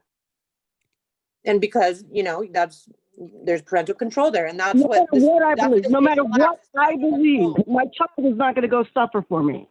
Yep. If his parents wanted to go out there, if his mom wanted to go out there, if his dad wanted to go out there, that's one thing. But to allow your child to walk into that situation, and now instead of having a life, he's facing prison and murder charges. I'm looking at the kid saying, how scared can he be today? Right now, his life is over. And now, folks, once again, I'm so grateful that there was a difference of opinions. I think it's cool that there are different perspectives here in this room, because I do want to show people that just because everyone is a Trump supporter here doesn't mean that everyone is on the same page when it comes to nuanced topics. And once again, the only reason why I brought this up is because just, you know, regardless of which side you're on the conversation, there was a difference between what the media showed and what eyewitnesses showed, and that's what I primarily wanted to talk or pinpoint. So with that being said, our final segment of this is actually, I want to hear from your guys' personal stories. So before we get into that, another show of hands if you agree with these statements or if they relate to you. People can criticize Trump or talk about him dying without consequence. Meanwhile, I show my support of the president and I am censored and silenced. Absolutely. I have been shadow banned or erased from social media for sharing factual information. Me too. So I can definitely relate. So my last question is kind of a scenario situation. And so this is very broad, and I just want you to, answer it in any way that you want. So here's a scenario. You're out in public, you're wearing a MAGA hat, and a group of friends come up to you, they deride you, they humiliate you, and they shut you down because of your support for the president. You mentioned that you have the right to free speech, but they say, hey, our hate for you is deserved based on the premise that you support racism. And racism or racists shouldn't have a voice. But what if the premise of the president was flawed, and actually if they gave you the time of day for you to say what's on your mind freely, then they can see something about you that's different from what the media has portrayed. So if this group of friends actually gave you the time of day to, discuss your political beliefs and that you're not racist, to prove that you're not a bigot or homophobe or, a racist in general, what would this group of friends learn about you if they took the time to have a conversation with you? Laura first. I think that I would tell them first and foremost that I love them and that I love every human, and that I believe what I do because I believe it's for the betterment of all humanity. And, at the end of the day, I grapple all the time with trying to make sure that I'm believing that which is the best for humanity. But ultimately, you know, we do fall victim to things like learned helplessness. We do fall victim to these narratives that keep us disempowered. And I would just want them to know that, yes, there are people who are constantly being victimized, absolutely. But that doesn't mean that we have to be victims despite being victimized. And I think that I would tell them that I just don't want you to be a victim. I want you to stand strong. I want you to stand in your power. And that's why I abide by the narrative that is mostly embodied by conservatives at this time. Not because I'm a racist bigot, but rather because I don't think that we should be, our worth should be determined by our phenotypes, but rather that it should be determined by what we have to offer in this country that should really like function as a meritocracy. And that I care about them and want the best for them and the best for everyone. So, yeah. Thank you so much, Laura. Anyone else? If you wore your Trump gear in public and someone came up to you and asked you, okay, fine, I'll give you a minute, red pill me or you know, let me know why you support Trump, and I'll go away and not harass you. What would you respond?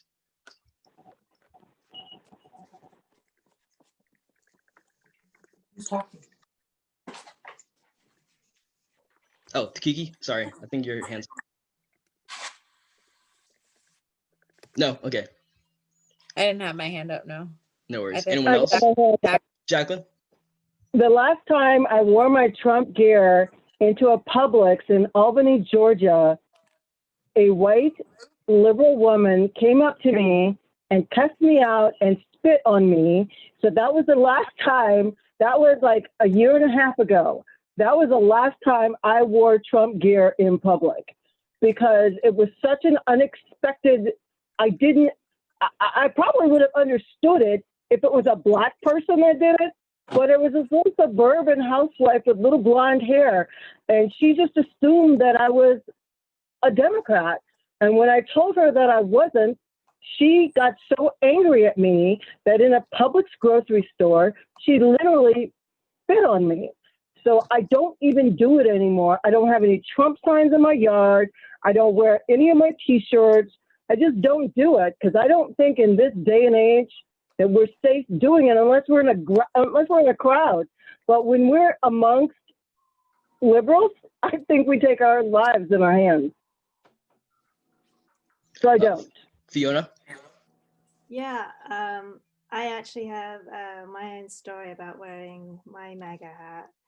I went to the Trump rally, and then right afterwards, I had dinner with some fellow people that I've met through this whole thing. And Armin, you know who Korean Conservative is.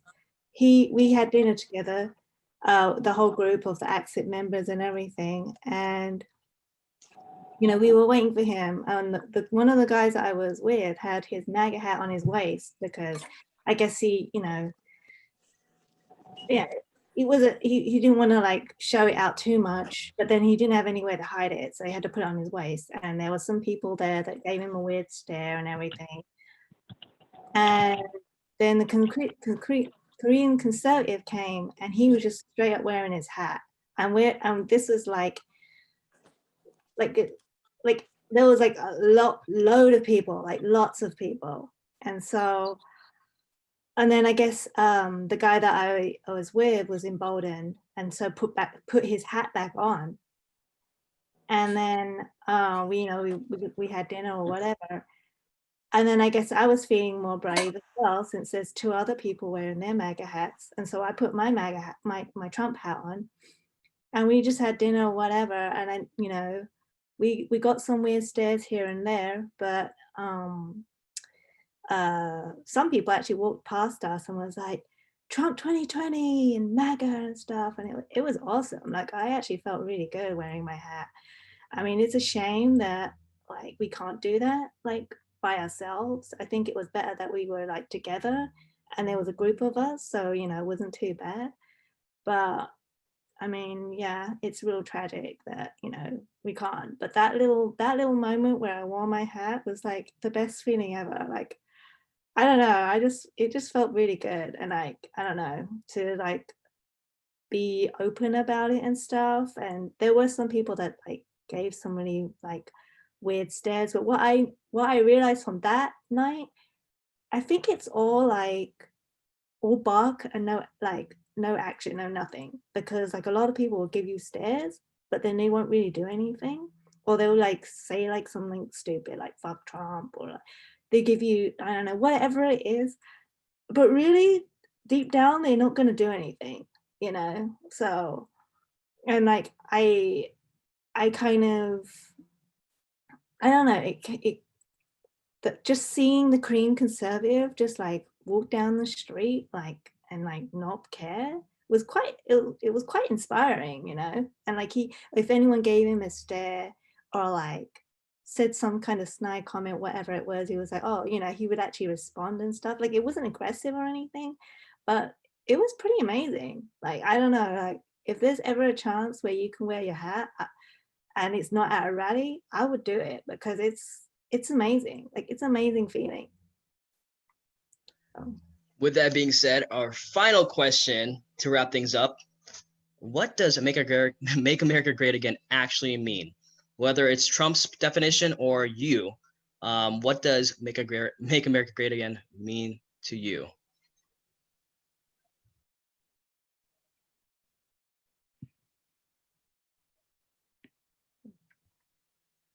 Oh yeah, Nicolette,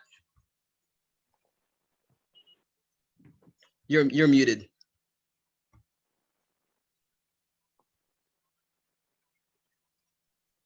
Okay, sorry. I had to take off my dish gloves to unmute it from my phone. Oh my gosh. Okay. Make America great again means to bring it back from all the corrupt bullshit that's been going on. And it means preserving our freedoms and, you know, giving us back our freedom of speech and just, you know, being the America it was before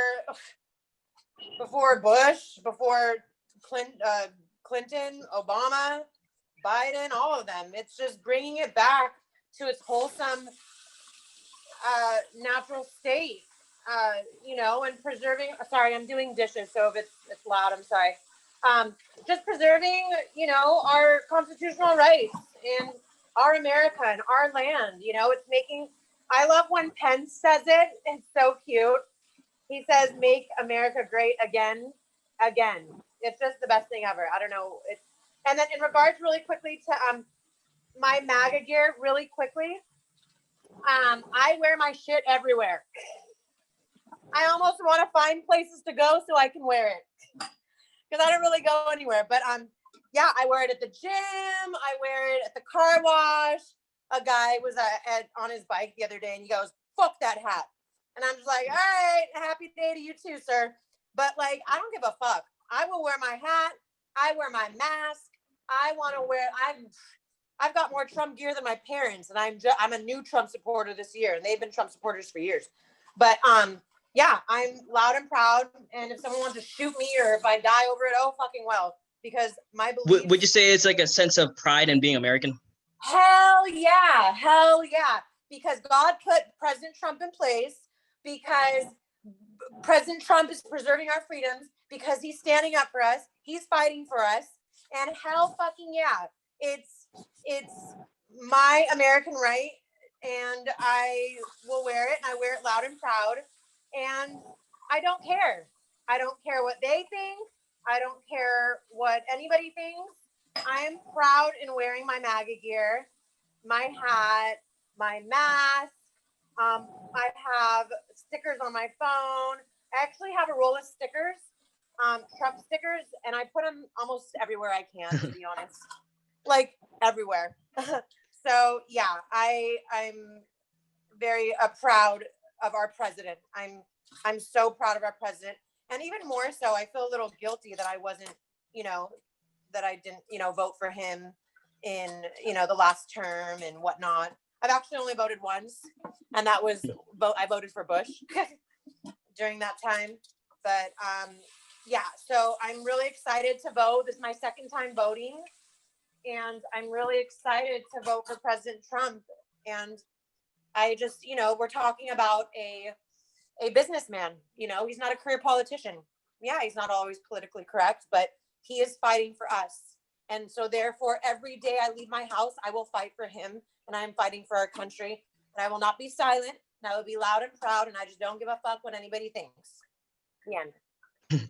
Anyone else? What does make America great again mean to you, or what does it actually mean in your opinion?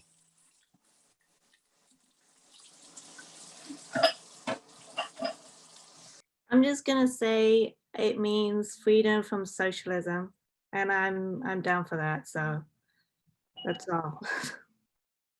The first time I ever voted for a president, I voted for Ronald Reagan. So that'll age me right there.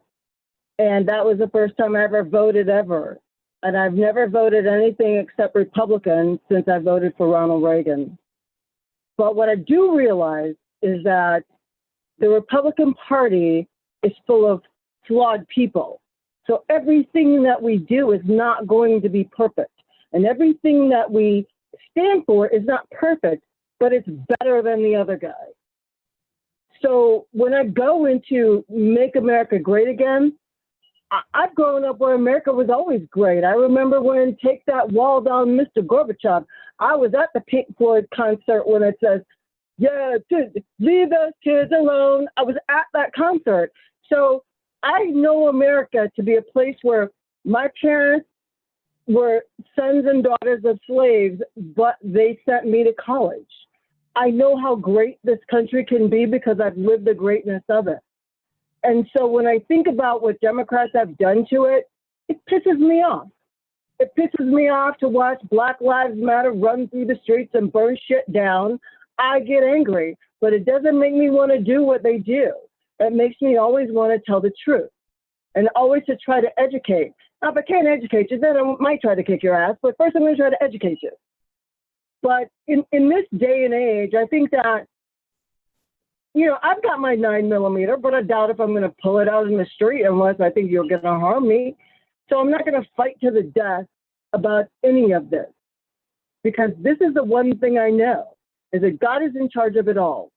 And if he's in charge of it all, it'll always be okay. And that's what I really believe.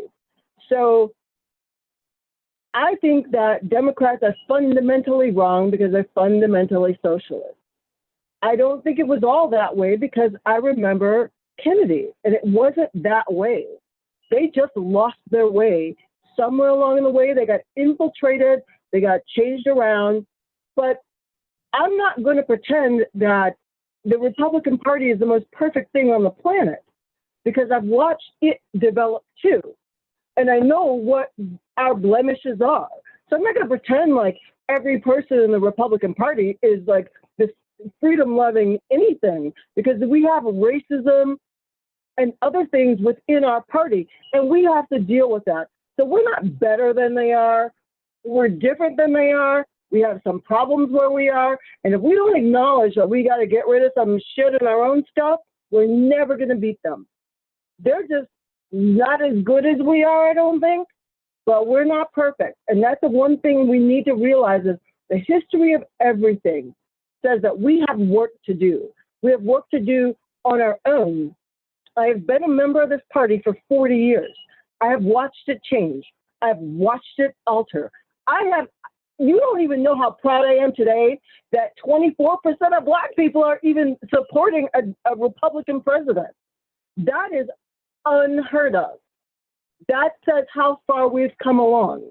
But we have work to do, and we cannot rest in our laurels and pretend like we're so righteous that we have nothing to fix. We have some shit to fix.